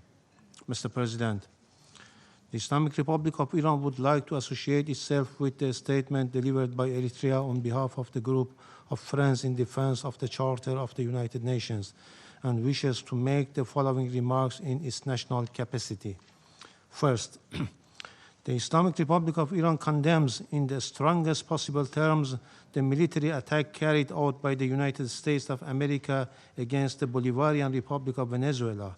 This illegal act constitutes state terrorism a manifest violation of Charter of the United Nations, particularly Article 2, Section 4 and Section 7, and peremptory norms of the international law, and amounts to an internationally wrongful act and a full-fledged act of aggression. Such military aggression against an independent member state of the United Nations establishes a serious breach of regional and international peace and security, with far-reaching consequences for the international system as a whole. Second, the abduction of democratically elected president and the First Lady of the Bolivarian Republic of Venezuela by the United States constitute a flagrant violation of customary international law, including the principles of the inviolability of the immunities accorded to the heads of a state and government under international law, and represent a grave assault on the sovereign equality of states. The Islamic Republic of Iran recalls Venezuela's inherent right to self-defense and underscores the legal responsibility of the United Nations, in particular the Security Council, to take immediate measures to halt this unlawful aggression and to ensure accountability for all those responsible. Iran also affirms its full support for the people and legitimate the elected government of the Bolivarian Republic of Venezuela. Third, the United States is openly seeking to substitute its domestic law for international law and the Charter of the United Nations. This represents a serious warning to the international community and to all member states. Such unlawful conduct strikes at the very foundations of the Charter-based international legal order and establishes a dangerous precedent that must be categorically and unequivocally rejected. The so-called declared U.S. policy of peace through strength prescribe the law of the jungle and the rule of force instead of rule of law, and if tolerated and normalized, would render the collective security system established by the Charter ineffective and devoid of purpose. Fourth, the continued inaction and paralysis of the Security Council in the face of the explicit threat and act of aggression by the United States have fostered a dangerous climate of impunity. It has emboldened the United States to persist in unlawful conduct that poses a grave threat to regional and international peace and security. In recent days, the President of the United States had repeatedly issued public threat of the use of force against the Islamic Republic of Iran in manifest violation of Article 2 of the Charter of the United Nations. At the same time, the United States is shedding crocodile tears for the Iranian people and hypocritically claims to support them while maintaining a well-documented record of intervention, the use of force, and the imposition of unlawful unilateral coercive measures against Iran. This includes its direct political, military, and operational support and involvement for Israeli regime unlawful joint war of aggression against Iran between 13 and 24 June 2025, which resulted in loss of civilian life, attacks on civilian infrastructure, and serious violations of fundamental human rights of the Iranian people. Iran reaffirms its inherent right to defend its sovereignty, territorial integrity, and national security, and to protect its people against any foreign interference. The United States of America will bear full responsibility for consequences arising from its unlawful threats and any ensuing escalation.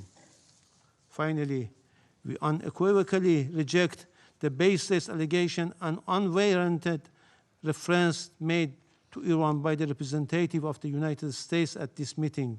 The facts on the ground are clear, speak loudly for themselves, and cannot be concealed by political rhetoric or manufactured narrative. I thank you. I thank the representative of Islamic Republic of Iran, and now give the floor to the representative of Uganda. Thank you, Mr. President.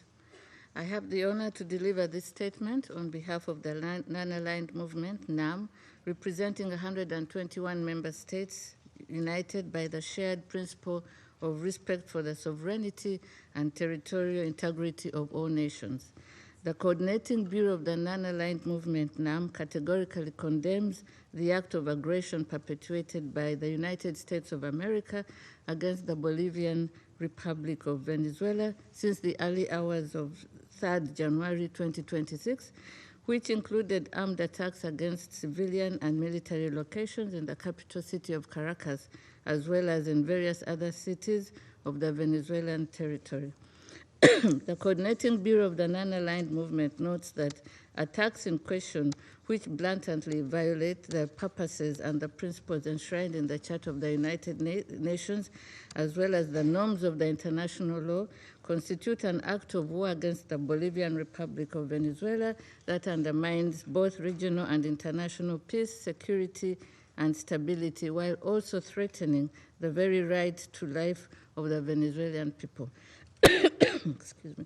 The Coordinating Bureau of the Non-Aligned Movement demands the immediate cessation of all hostilities against the Bolivarian Republic of Venezuela, the full respect of the sovereignty, territorial integrity, political independence, and inalienable rights to the self-determination of Bolivarian Republic of Venezuela, and that those responsible for those ongoing acts of aggression to be held accountable.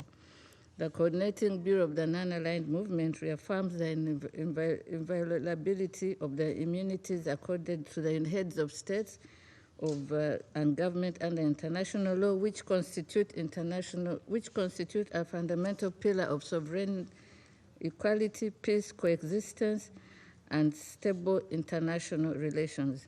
These immunities, firmly rooted in customary international law and consistent with the purposes and principles of the Charter of the United Nations, must be respected universally without discrimination, and any actions or measures that undermine or selectively disregard them risk eroding multilateralism, destabilizing international relations, and weakening the international legal order. Excuse me.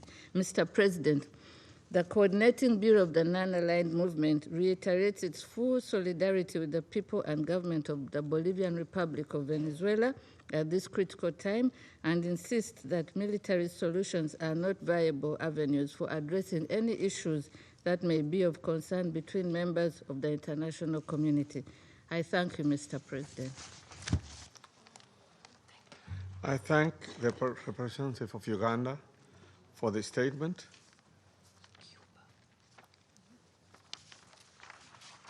I now give the floor to the representative of Cuba, who has asked for the floor to make a further statement.